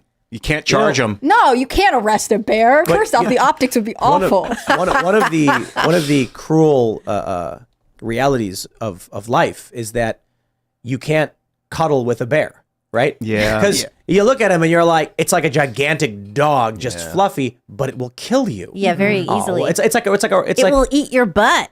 yeah, it's like a poisoned berry. It's like you want to eat it so good, but you can't. Yeah, like marbles. Delicious mushrooms. Well, that's another one of those movies. Remember that guy who like was in Alaska? It was another sort of Into like the Wild. Into the Wild. He ate the wrong McCandless. berries. He ate the wrong berries. Yeah. And they found him way later. Emil Hirsch. Yeah. He played Yeah, that but character. now with Wasn't the that Sean there's Penn an app. directed that? Oh, I think so. It was McCandless. Yeah. I think it was just actually. There's Alex McCandless. There's an app called Picture This that you can scan a plant and I'll tell you what it is. That's smart. I was thinking the last few days about how horrible it would be to be killed by a non-human animal. Like, what a waste of life. Like, what a lame ending it would be What if do it you was mean? like some cheap non-human got me. Like Like with if a all this squirrel bit you to there's death or all this something? hell. I was thinking like a bear. Non-human? Yeah, like people that You mean an I mean, they're just Animal. killed by an animal. yeah, like a wolf or like a tiger. And like how much that? What about like a shark? how much hatred? Like You we've been know? so desensitized from people getting killed by wild animals that we don't really fear them. But like You should. they We don't don't? care. Yeah, they You don't should. care about You you. really, They- really should. They don't think have I that. do. We don't. We Well, I don't don't think people fear re- wild animals. I don't think they understand the horror that could come along with like coming up on a wolf or a bear. Oh, I'm like But terrified of wild animals. That movie Cocaine Bear came out and people were like, yes, seems awful. Oh, it did? Yeah. Okay, so they were mean, able to to be fair- propagandize people. Yeah, they were But like I'm scared of I've people been- and animals. I've been you so know? much I'm in like the politics, like, oh, it's human versus human in politics. All these humans. What if World War III and all the human? And then I'm like, dude, real talk. Like we were struggling against tigers for most of our existence. A What if- regular what if it's conversation. ants? That was I am pretty afraid of ants. Did you ever see that movie Ants? Yeah. No. Yeah. Yeah. When I was a kid, yeah. And Where they're like working in the grasshoppers or oppressing them. no, oh no, no. A Bug's Life. This is a totally different oh, movie. are you talking about Bug's Life? There's This was- ants at and the there's same Bug's time. Life. No. This is not an animated film. This Ants is with like a a Z. scary film. Oh, and no. I remember watching it on Cinemax. Oh, no, never heard of this. Right? No idea. So there was a construction site, and this woman is like in her bed, of course, because you have to have a naked woman in bed on Cinemax. And she's like in her bed, and suddenly there's ants coming in, and the ants swarm her and eat her alive. This is Ants. It happened at Lakewood Manor. I don't know what it was called. It was on Cinemax. I was 8 years old. I have no real idea. I feel like- I just remember this, and I remember the visuals. I remember the lighting. It had that sort of like 70s American cinema yellow. You know, that like yellow. Oh, yeah. Yeah, it looked like that. News you can use. That brown. And she was wood like, paneling. like that. Ants and also being swarmed by bees. Like being stung to death would just be awful. No, not bees. Yeah. Wasps. Wasps Yes, are wasps. pretty bad. Bees are good people. Like, so we They're have doing a, the we best have, they we have a can. cherry tree, and when it comes into bloom or whatever, it's a what is it? It's a, I don't know. Yeah, it's cherry tree. So it does cherry blossoms. It's crazy, and then you can hear loud buzzing. There's so many bees. Bees got no beef. You walk right past them, you can like wave, and they're like, "Yo, what up?" Yeah. It's the wasps that It's- chase you down. Though they're mean. Those are mean fuckers. Oh, excuse me. I don't know if they really are mean. I don't get that. We're off the Wasps are. show, Yeah. Libby. I get the know, vibe that they're he's more. gonna turn it off They're now. inquisitive. They'll fly down right in front of your face, really aggressively, and stare at you, and then Wasps? they'll fly off. Yeah, and if you freak out, then they might freak out. But they're like aggressively patrolling. No, I got stung over the summer by like a hornet or a yellow jacket or something on my finger, and it started to swell. It took like 24 hours, and then it was so itchy. But if you itch it, it then, as I learned, goes down the rest of your hand. No. And I can't imagine if you had like 1,000 of them descend on you, and then you're in pain, but also you begin to itch, and itching only makes it worse. This seems like a nightmare. What did you do to treat it? Baking soda, like Or water. like chamomile, Oh. chamomile, not chamomile. And then I just tried to not scratch it. I wore gloves for Not several days. Chamomile. What's that? Chamomile lotion. Calamine. Oh, Oh, calamine. calamine. Thank you. I don't know Calamine what I'm lotion. talking about. Nobody take my Chamomile. advice from me. I was like thinking like, oh, did you just brew a bunch of tea and then like you stick I your just don't hand know what in? I'm talking- And I was thinking like this is some I'm, sort like, of picturing interesting the- rural home remedy from Hannah Claire. The bears in my yard Right. told me about That's it. what I was thinking. And then she brewed some dandelion tea, and the colors were amazing. I wish. No, that wasn't it. I will say, I think it depends on where you live. Because I think when you're saying, like, if you live in a city and you're not interacting with animals, maybe you don't think about them. But if you live in a rural area and you hike a lot, the first question I get all the time is, but what happens if we run into a bear? And that's a legitimate question in a lot of areas. The same thing with, Do you bring like a shotgun or something? Like, what do you? I do nothing. I go unprepared. But I know, I like to hike with people who will go armed. Another reason we should support the 2A guys. They're always the first people to think, I will come with a gun just in case. Or Case some of people. bees? Pardon? In Case of bees? case of To bears. shoot at the bees. Oh, Maybe bears. a really Shoot at the good shot bees. would do the bees. Can you imagine? I would love to hike with a 2A person who could shoot down a wasp. We did get these. swarm of We got wasps. these amazing water guns this summer. Me and my son, and they basically shoot water like it's buckshot. It's white. Like, It's That's that what I'll hike hard? with. So it just yeah. sprays water. But it doesn't spray. It like turns Shoots every little beads. droplet into like a bead. Does it hurt? wow. Yes. Oh wow. So when you get shot with it, you're like, ah. And then even once you're soaked, you don't want to get shot with it because it hurts. Water is a drill. It's Yeah. like one of the best drills known to man. Yeah, The water pressure. you can cut I through a watched- diamond with Just it. look at the Yeah. Grand Canyon. High pressure water. I watch those videos on Instagram where they put a screwdriver and then the water slices the screwdriver in half. No The way. metal and everything. It's Crazy. great. Yeah, That's bifurcate. wild. Yeah. I News saw you can this weird use. water spout coming out of a river the other day. Did you see that? It was like No. it was like some stupid Instagram thing, you know. But it was like a water yeah, it spout. was- Did you see? It was like some Russian river. It was and like just- flooding and stuff. And and it just like went up into the sky. Yeah. There's a thing that happens over the Great Lakes when there's like a tornado. It sucks the water up and then drops it or something like this. Do it like a big splash. Like a 12-foot wave will like slam over the Wow. over the highway or whatever. That's cool. Yeah, it's like a mini tsunami. Unless you're on the highway, then it's yeah. very bad. That's I not mean, good not then, really. yeah. You get splashed by water and you're like, wow, that was crazy. It's an actual thing. it's A like water a spout. real life Disney ride. Yeah, like Right. a water spout forms. I could be wrong about this. This is what I'm growing up in Chicago, so they say, because you're driving on Lakeshore Drive, you get really close to the water sometimes. And if there's like a water spout somewhere, it can pull water back and then drop it or something like that. I don't know enough about it. Cool. That is it. Just like a water tornado. Yeah. And it pulls water up or something. Like it sucks it up. You know, and then That water. sounds kind of cool. Yeah. That's not cool. Weather. Science, really man, it's hot. crazy. The best. Well, that's why we need guns is to protect ourselves from wild animals. That was my I point. think we need guns to protect ourselves from the weather. That'll fix raindrops. climate change, right? You need We'll just, lasers like- to defend against wasps and Yes. raindrops. Actually, a good laser might actually protect you from a wasp. Like an array of lasers that could shoot like 9 beams at once that has auto tracking and targeting. Now we're like Dr. Well, Evil. We're all I just mean, like- they have those lasers that can light a match head or pop a balloon. I imagine if you pointed that at a bug, the bug would not be very happy. No. Yeah. I mean, you can also just use like Axe body spray and a lighter, but you know. No, that you can't control that well enough. With a laser, you No, can just like definitely point not. it, and then the bug might just fall off like Yeah, the wall. true. Or But the whatever. Axe body spray method is more fun and terrifying when you're Yeah, but very 13. dangerous. Okay. Yes, don't do it. It's bad. No, And this, don't and do this is that, big guys. too because there's like with all the wildfires that have been happening all over the place. This is really crazy. It rains at Burning Man.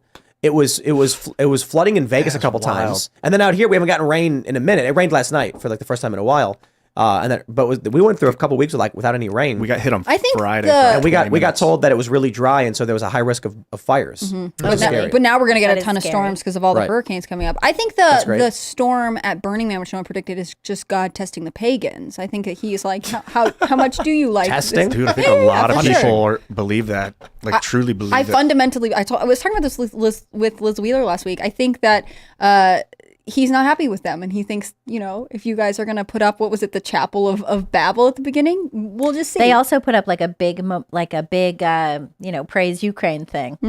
God's unhappy about it. That's all I have to say. There's What's amazing something- is that they're pagan, peace-loving warmongers. There's something about being enlightened and then going to be enlightened with other people that are enlightened, as opposed to going somewhere completely unenlightened, just going somewhere to seek enlightenment.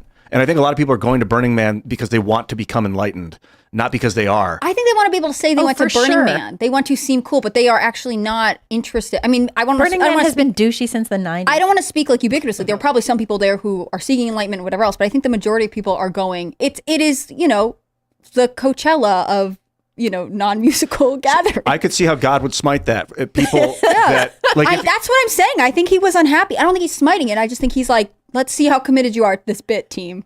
And the Jeep stuck in the mud that can never get out because it turns to concrete. it's just gonna be like an auto Right. graveyard. I'm It reminds so me glad of Cadillac I didn't go. Ranch out in, I think it's near Amarillo, Texas. Have you gone a bunch of times? I've been once. Once. In 2008. Yeah. How was it? It was awesome. Yeah. I took mushrooms for like 7 days straight. We had a big sounds bag awful. at camp, and I'd just walk around. And every time it'd start, the high would start to change. I'd come back and eat some more and keep walking. And it was start your day at like 3 p.m. because the sunlight, you want to kind of miss the sun, and then you're up till like 7 a.m. every day. It's an all night party, just blasting music and lights. Not and this year. Psychedelics and God said no. nope. Take a bike, you just drop it on the ground and keep walking. Find another bike, pick it up, and use it. It's pretty Oh, that cool. sounds terrible. It's cool if you're single and you want to take a lot of psychedelics. That's about it. I'd just be pissed if somebody kept stealing my bike. Yeah, there's no stealing. I wouldn't Everything like you that. take there is going to be taken. Just That sounds terrible. So don't take your phone. It'll probably get it might get could sand never- damage too. So you got to watch out for sand damage on any equipment you're taking. And you got to wear masks, right? Because all the alkali dust. Yeah. Yeah, but like good sealant masks, because the dust, you'll get these whiteout storms will kick on, and you won't be able to see further than like 3 feet in front of you. So it's Sounds white. awful. It'll It get really in your sounds mask. like pure hell. Yeah. It's I'm all so about glad I psychedelics, never really. got Maybe people go and don't do psychedelics, and they're just like, it's the experience of Now being it's a with the bunch people. of But I rich thought- people with private planes who fly in and have RVs deliver, then put up stages, and they're like, "Woo!" It's cool, like- dude, do You it saw somewhere the else. Climate They do. protesters, Extinction Rebellion Oh, yeah, went out yeah, there, yeah. stopping up traffic. People for, don't like, realize they 10 literally have miles. like an airport there. Like they land planes outside there, and then they go into like this own little hermetically sealed tent. It's not what everyone thinks it is. It's anymore. like super glamping. Yeah, right? it literally Yeah. is. Literally. Dude, you'll be walking and it'll be like just desert, black, like dust and Yeah. dark. And then there'll be a building and you'll be like, what the fuck is this? And you walk up to it like a bunch of, and you walk in and it's like a bar fully set up. Like I went to this one, it was a vampire bar. They had vials of blood around their neck. They were like Oh, that grinding on the sounds stage. terrible. They had filed their teeth and they were taking people's weapons. Why did God not smite this sooner? It was I like don't dark understand. and red. It was is a good smoky in question. there. Like what? This exists. And everyone they had to give their weapons. If anyone had like was carrying I don't know what kind of weapons. And then would other people just pick them up and keep moving, just like with the bikes? Oh, I didn't see what happened, but I had a flashlight on me, a really bright one, and they didn't take it, and I felt like a Jedi. Like they didn't see my lightsaber as a weapon because if it hit the fan, I had something to blind people with in the dark, and I felt like I was like armed. Yeah. It was kind of cool feeling. Yeah. Especially when you have people who are filing their teeth and drinking blood. It was nuts. People like that really exist. Yeah. Well, they do. you know, that's like part of there's like this where is it in Africa? And they have this like the big salt flats and everything, and people like mine salt, and their teeth get really soft, and they can file them down. Oh, That's God. wild. Teeth freak me out. I'm sorry. I got a dentist appointment tomorrow. Yeah. It actually hasn't been bad at all. I was avoiding it for years and years because of the pain, and now I'm like, dude, it's pain is temporal. It comes and goes. We're going to go to Super Chats. So if you haven't already, would you kindly smash that like button, subscribe to this channel, share the show with your friends, and head over to timcast.com, click join us, become a member. We're going to have a fun conversation in about a half an hour on the Uncensored Show talking about the history of 9/11 and talking about the origins, the causes, the aftermath. And we're going to get into the nitty gritty. So it's going to be really, really fun. I hope I hope you guys join and come hang out for this conversation. And we're going to take your questions as well. So I hope you got some good ones. Culture Abduction says, first a comment before that buddy guy dude. Happy Monday, y'all. You got it. You won. Yeah, they won. Good job. What do we got? Impassable says, Tim, did you see that they ruled that the way they were validating ballots was illegal? Carrie Lake essentially won. Carrie Lake won. There's a bunch of different things you could win. Won a battle, not the war. But yeah, that's a big story, actually. A judge ruled that the way they've been handling it is not legal in 2020 and 2022. So, wow, good job, Carrie Lake. I don't know what that means for her, but it's good that she's getting these reforms and these things ruled on. Let's grab another super chat and we'll move on. Steven says, happy birthday, Libby. May you have many more. Thank you. I appreciate it. Fix Bayonet says, we need to start looking at voter registration around military bases. While I was in, many soldiers did not vote, and if they were registered, it was in their home state. Interesting. Mm-hmm. Right. Idea. That's interesting, too, because in Ukraine, Zelensky, who said that you can't have an election while there's a war going on, said that he would consider having an election next year if the U.S. and Europe paid for the election and made sure that everyone in the military and everyone who's not in Ukraine right now could vote. He said he only needs $5 bazillion. I think it was actually $5 billion or something like that. It's a cheap price for him. Yeah. He's like, I've asked for so much more. This is nothing. Yeah. Yeah, considering we are his tax base now. Yes. So, yeah, makes sense. We work really hard so that the government can take our money and send it to Ukraine. What a weird place where your democracy is contingent on if the U.S. government will pay for it later. Yeah, that's All right. the deal. That's the deal. Here's one. Joe Spinell says, Tim, I'm going to come out of the gate and say watch Deep Space Nine episodes Past Tense Part 1 and 2. Now, this aired in 1995, but the date in these episodes occur August 30th, 2024, and hit too close to home. Just finished watching them again. I'll go check it out. Maybe I'll watch it tonight. For those that are wondering, I'll give you the quick gist of it.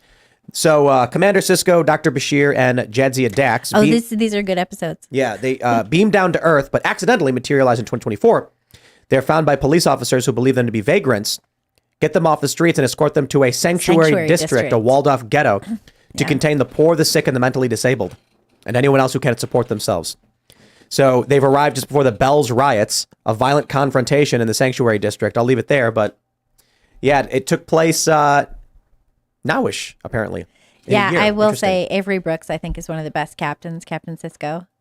I think You're he's willing my to take favorite. that bold political stance? I think You like him I think Sisko is my favorite. more than Patrick Stewart? He's good. Jean-Luc Yeah. He's a Picard. commander, though. He's not a captain. He becomes a captain. he becomes a Oh, captain.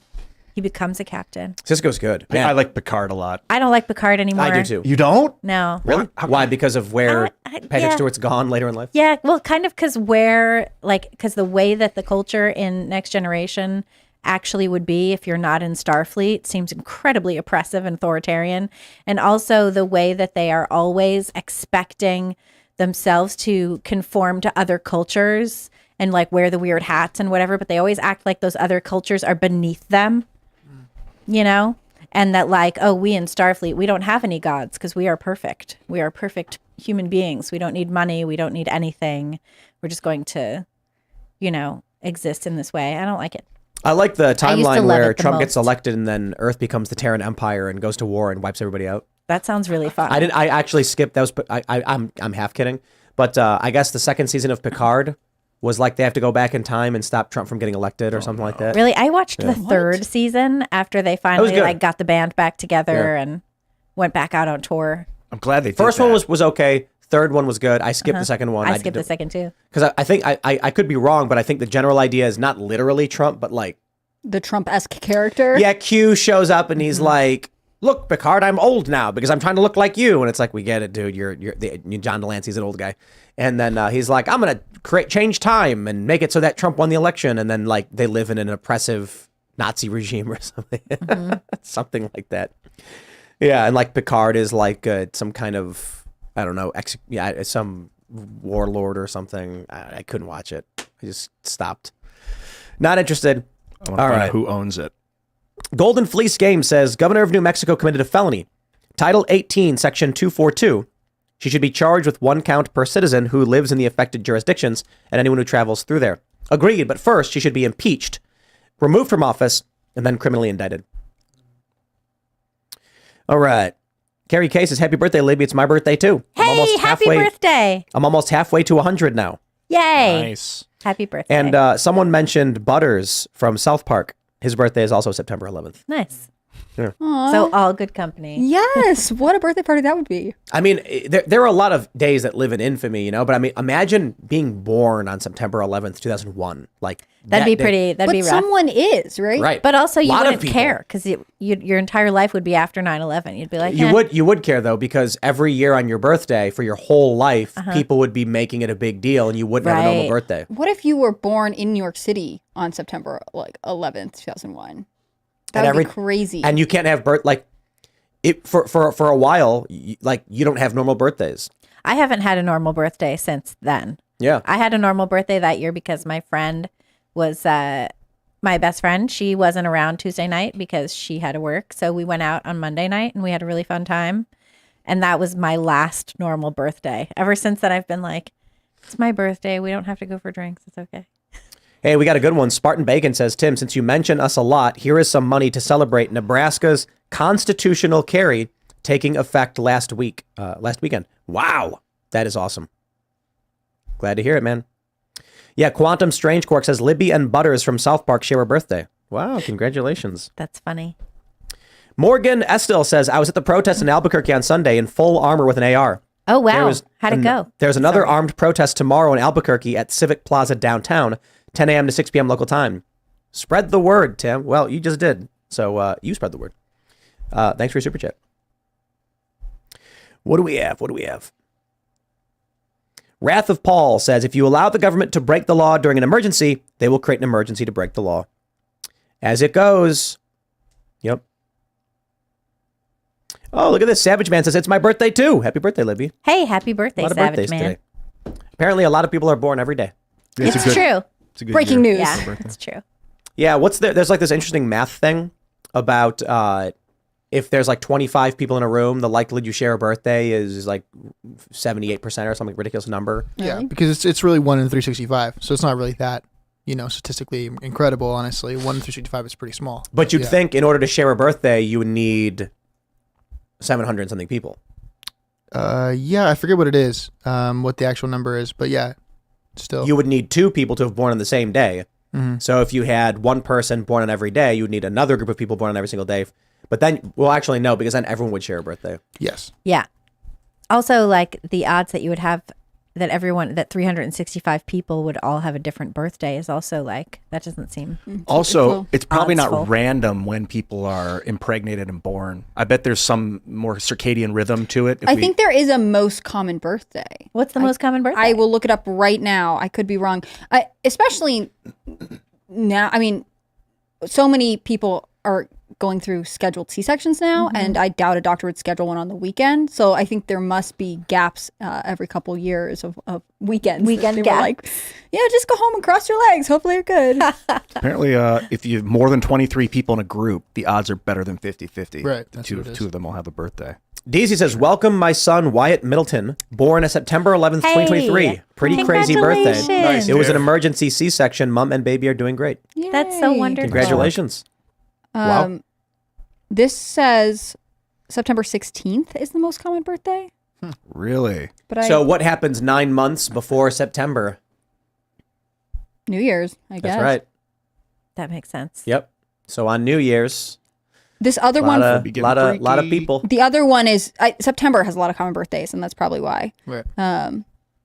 Well, because it's winter too, so it gets dark earlier. You don't People have are that inside, much to do. but it's New Year's. Yeah. It's Christmas and New Year's, and Yeah. that's interesting. It's vacation time, A actually. holiday, the family. It's probably not just New Year's. It's probably just vacation time. You've got this period after Christmas to New Year's where nobody's doing anything. And being Well, around some people are family. apparently doing stuff. I'm to be usually fair. Well, that's what I mean. I'm usually at my job. Yeah, but I used to work through the Christmas, but it is like pushing a boulder uphill because there's a lot of arguments people make where it's like you get more views during Christmas because no, that's not true, dude. No. Holidays are you work twice as hard and you get half the Yep. reach. That's what I've discovered as well. Yep. And I think rest is actually very important. I mean, there are studies that talk about sleep and all kinds of things. Lowering your cortisol is extremely important long term. So trying to burn out during a period of time is maybe not always worth it. Yeah, I spend a lot of time on YouTube. The time that I watch the least YouTube is during the holidays, like by far. Just don't watch it. So All right. John Sanguinius says Ray Epps tapes. Shroyer walks. Oh, wait. Your government is captured. Never mind. Yeah, shout out. I tweeted this out during the show. Owen Shroyer says death to tyrants. And, Ian brought that point up. Ray Epps says literally that we have to go into the Capitol and he's not even charged with anything. It's so weird. They should And at he gets least defended by the media. charge him and give him a slap on the wrist if he's an informant so that people will be satisfied. At least do something. They're doing a very bad job of this conspiracy. Yeah, it's weird. But that's sad too. They're doing a bad job, and yet that's enough for them to It's not have to working do out anything. for them. Yeah, they don't have to do a thing. Camgirl Asuna says eventually they will use the sham J6 precedents against you, Tim. Then they will use it against me. Good luck in the corrupt courts, Tim. Good luck complying your way out of tyranny. He says he'll take the Bundy Ranch approach. See, this is like Fed talk, right? Right. The people who are, who are like Ray Epps, like literally we're talking about Ray Epps, telling everyone to do the thing that hurts everything you're trying to do. In the meantime, like Public Square is did their SPAC or whatever. They have tons of money. They're succeeding massively. All these businesses that believe in American values are making more money than ever. The massive success of the independent media space is through the roof. Joe Rogan, despite all their attempts to try and take him down, is just bigger and better than ever. Every day there's a new story about something he's done. You've got Bud Light crumbling. You've got Target failing. It's just across the board, victory, victory, victory. The governor of New Mexico, in desperation, signs this decree. Everyone immediately ignores. And it's just like, man, how much do you have to be winning to be like, let's throw it all away and just act like sporadically and randomly? It's just crazy. Yep. But while we're looking at an active conflict, there's a challenge that every generation faces. Every generation has their challenge. We think that things are bad. And it's like, well, the fear of nuclear annihilation existed during the Cold War. You had 70 years of that kind of fear. But I'm just like, look, man, I think we win this one, but I think we're in a conflict. And so we have to play strategically and correctly. And that is do what we're doing, man. Starting businesses, challenging the machine. They want to get rid of Aunt Jemima. Terrence William makes cousin T's. Take them over.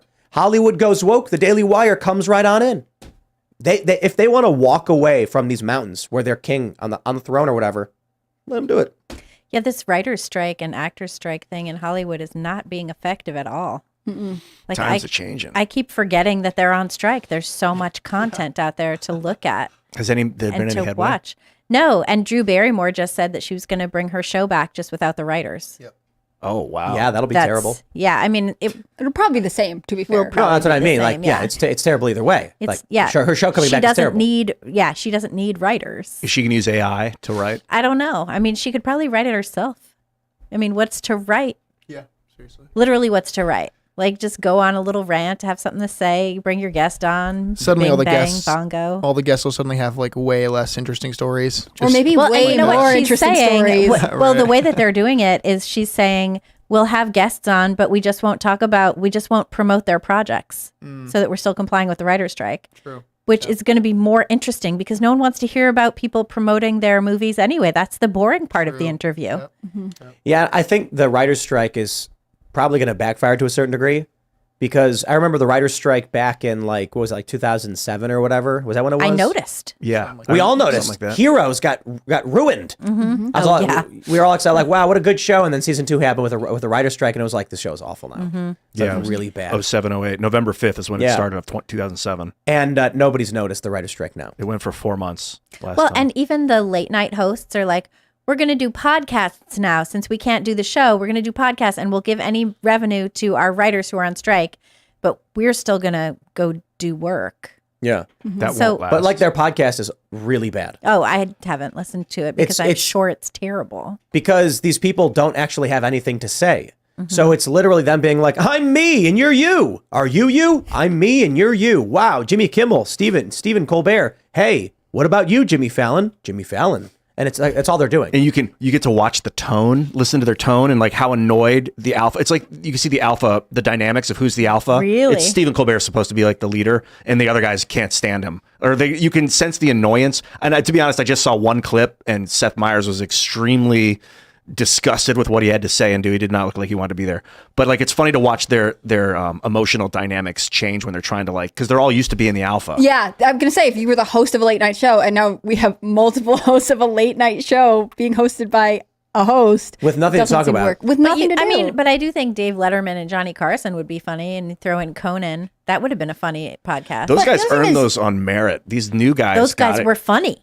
Sorry to interrupt. Oh, I was going to say the same thing. They were funny, and the people now are just used to being told, well, you're hilarious. Please say this monologue that probably someone else has written. There's not a skill. I also think you can probably see that there is not actual friendship between any of them. People think anyone can start a podcast, and anyone literally could, but not everyone should, and this is sort of an example. They should maybe not be podcasting. Just because they talk for a living doesn't mean they actually have anything to say. They don't talk. They read scripts for a living. Exactly. These It's totally people are different. proof that the machine just chose people who to put on TV, and when it comes to actual battle of merit, they have none. So I'm excited for the next decade or so when, assuming things are going in a more positive direction with like Rumble's success and Public Square, meritocracy will reign supreme, and all of these placed personalities will be struggling. Let's read some more. We got Ben D says, Wells Remy Crowther, the man in the red bandana, saved 17 people above the 77th floor, went back in to save more and was never seen again. They had about an hour after the plane hit before it came down. And so nobody thought that was going to happen. So they thought they were going to be able to go in as long as they avoided the fire, and they knew there was risks, but yeah, man. Patriot American says 9/11 will always remain a sorrowful day. My dad worked 3 blocks from the site until August of 01. My buddy lost his grandfather, and his dad in the North Tower collapsed, both FDNY. I don't even know if their bodies got recovered. Yeah, man, I'm like sadness. I'm just past sadness and anger. I can't even get angry about it anymore. I just want people to know what really happened. I want the evidence to come out about the nanothermite and the dust, just all sorts of stuff. That'll take 50 years if we're lucky. That's all I care about, is that the truth comes out. What if Donald Trump gets reelected and then he's just like, we're releasing all of the documents on 9/11. Here it is. So badass. And he just like drops it on a table, and it's just the most shocking and craziest stuff you've ever heard. But he still he didn't release the He didn't do anything. the Kennedy do anything. the Kennedy classified documents. Well, to be fair, I think he tried, but they kept just ignoring him. Really? Yeah, so like the issue with Trump is that he would say, hey, do this thing. They go, you got it. And then they wouldn't, and then he'd forget. Yep. And we learned the least about aliens from him. To be fair, the Biden administration has told us so much. Let's grab another super chat. S.A. Federale says, Joe Biden literally told Jon Stewart, I tried that. They didn't buy it, or I'd be president right now, and laughed about coal mining in his family. He hasn't had dementia his entire life. He's just a compulsive liar. He knows it. Yeah, he is a compulsive liar. That's why he said that he went to Ground Zero the day after it happened, but when it was actually weeks after it happened. Can you If he confirm went that he at even all. went? Did he even go? Do you I know if he don't. went? I don't I'm gonna know if look he at went His with administration the went? Senate delegation on September 20th, 2001. You could check who was in that delegation. But that's Check the congressional that's record. the sign of a compulsive liar that's on autopilot. He also, he obviously lied when he said that he never discussed his son's business arrangements with him. That I was a lie imagine as well. they're attempting to hide that data, because my mom being like, I haven't seen the proof. Like that's not an accident that proof hasn't been shown on MSNBC. All right, we got a bunch of happy birthday Libbies. That's very that's very kind. Thank you. Me Shoot says, so are you guys going to call Jimmy Dore a moron? He 2 days ago on his show said these crimes being reported in cities are propaganda reported by Convervatizes. convervatizes. What's that? I don't know, but that's a great typo. Good job. Conservative. New band Probably means name, I call it. conservatives is probably what the word's supposed Yeah, to say. yeah, definitely. But it was like I don't want to read It's the new conservative Confetti. just because I see it sounds similar like it. Convervatizes. Yeah. Convertizes, literally. So what did Jimmy say? I don't think he's an idiot.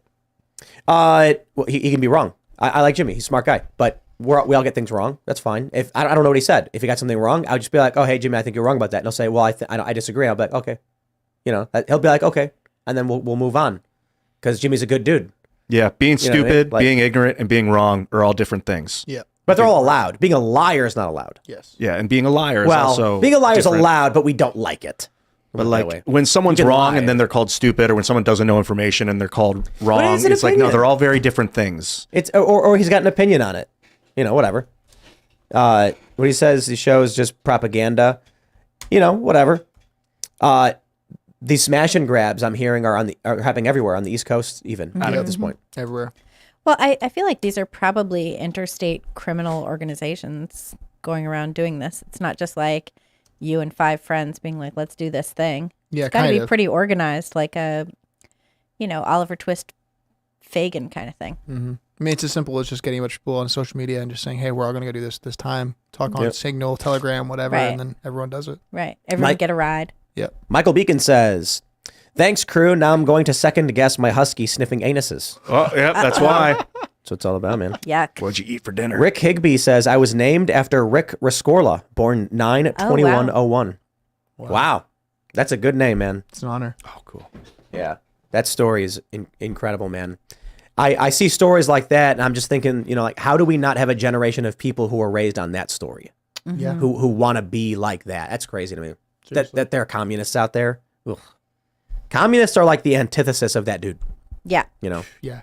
Literally. Everyone should be doing everything for me, and I should get stuff. Yeah, okay, dude. And you need to change your perception of reality to suit me. They really downplayed the heroes on 9/11 kind of thing. Like they talk Yeah. vaguely about heroes of 9/11, but like I think it's because the whole thing was activated. I think that it was downplayed. At first, we had a patriotic moment. And then what happened is you had an entire progressive wave come in and tell us that Islamic terrorism was our fault, that we Americans deserved it, that the hate that was shown to us was our fault, right? Oh, right. That we were the ones who caused the Islamic terrorists to hate us, and we got what we deserved, and we needed to go around placating the world and mea culpa all over the place to try and make people not hate us globally. And then what happened is we started hating ourselves because that wasn't even effective, and people still hate the great Satan of the United States. So we went from a brief patriotic moment where we were almost unified, right? Even Ron DeSantis says that it was the patriotism of that moment that caused him to enlist. And that was true for a lot of people. They enlisted after 9/11.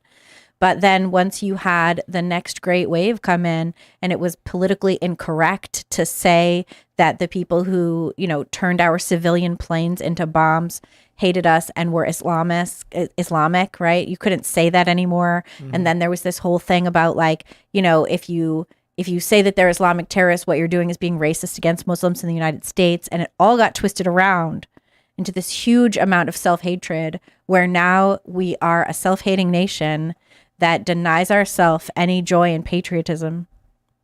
It's sad. How can It's you really raise a whole sad. generation And that's where we are. And now we have this insane narcissism. We have this need to make everybody's perception of reality conform to our perception of reality, right? Like right down to these stupid pronouns, That's weird. And that's where we are. A lot of it, I think, is the motion of political correctness into progressivism. It's funny how you watch political correctness on South Park and you see how they've had arcs with it over like 20-year period, and then they have it come back again and they say, oh, it's all happening again, because it's literally what happens. It comes back. Over and over again. Yeah. Yeah. And All it right. started in like 89. Yeah. Let's read this. We got the dude abides 95 says, speaking of New Mexico, over here in Illinois, we had a preliminary injunction for our assault weapons ban a few months ago, which got overturned.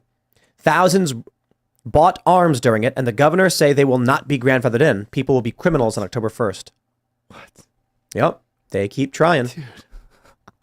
But look, man, there are evil states, and everyone looks to these evil states like, oh no, our gun rights are being taken away. It's like, in those evil states. And then there's more than half the country where it's unrestricted. Yeah. Granted, I know, NFA still exists, and it's ridiculous that there's a lot of bans on stupid things. Suppressors should be, you should be able to walk into a store. You shouldn't even need a background check for a suppressor, because people base. Like, I'll tell you, I'm talking to Brandon Herrera on Friday, and I was explaining how in Maryland the SCAR 20S is legal, but an M1A is illegal. Why? It makes literally no sense That's at so all. stupid. A SCAR 20S is like modern 308, and an M1A is like an old school. And for no reason, no logical reason. So when it comes to suppressors, they're scary. Because in movies, they go pew, pew, pew. They don't actually do that. If you're in your home and you want home defense, a suppressor is a very important thing to have. But they're very, very difficult to get. That's so you don't deathten yourself. If you It's have to still fire an super intruder? loud. Still, It's still going to mess you up. Why? What's the theory of why they would?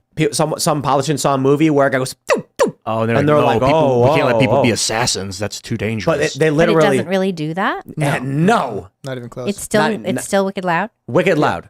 Yeah, like if you fired one in here, you'd be like, ah, like Oh, if, wow. if a gun went off in this room, you would be deaf. Yeah. Like For how long? temporarily. Okay. You'd hear bing, like I hear you'd, that you'd be anyway. messed up. That's why you always gotta have your could ear be your pro, your eye posture. pro.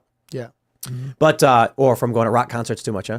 Yeah, But if even with a suppressor, it's loud. It's just better. And so I think it was the dude from Phoenix Ammo who said this. It's like it makes it tolerable if you don't have ear protection on and you're outside. Interesting. Okay. But think about this: you're in your house, someone breaks in, and you grab your gun to defend yourself. You're gonna be deaf if you do. Like I don't mean permanently. Like, you're gonna be but then deafened you're by the in blast. trouble too, because then you can't hear whatever else they're doing. And So what do you do? It's like you're someone Yeah. coming in your house and you put on your headphones, and Yeah. it is what it is. So if they didn't ban things like suppressors, or I shouldn't say ban, but restrict them under the NFA, people would be safer, much safer.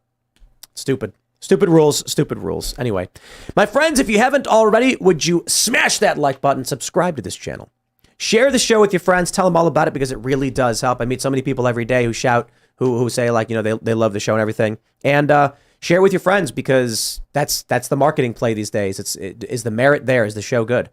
Go head over to timcast.com, click join us, because we're going to talk about 9/11 and a lot of theories over at the timcast.com in about 3 or so minutes. We'll see you there for the uncensored members only. You can follow the show at Timcast IRL. You can follow me personally at Timcast.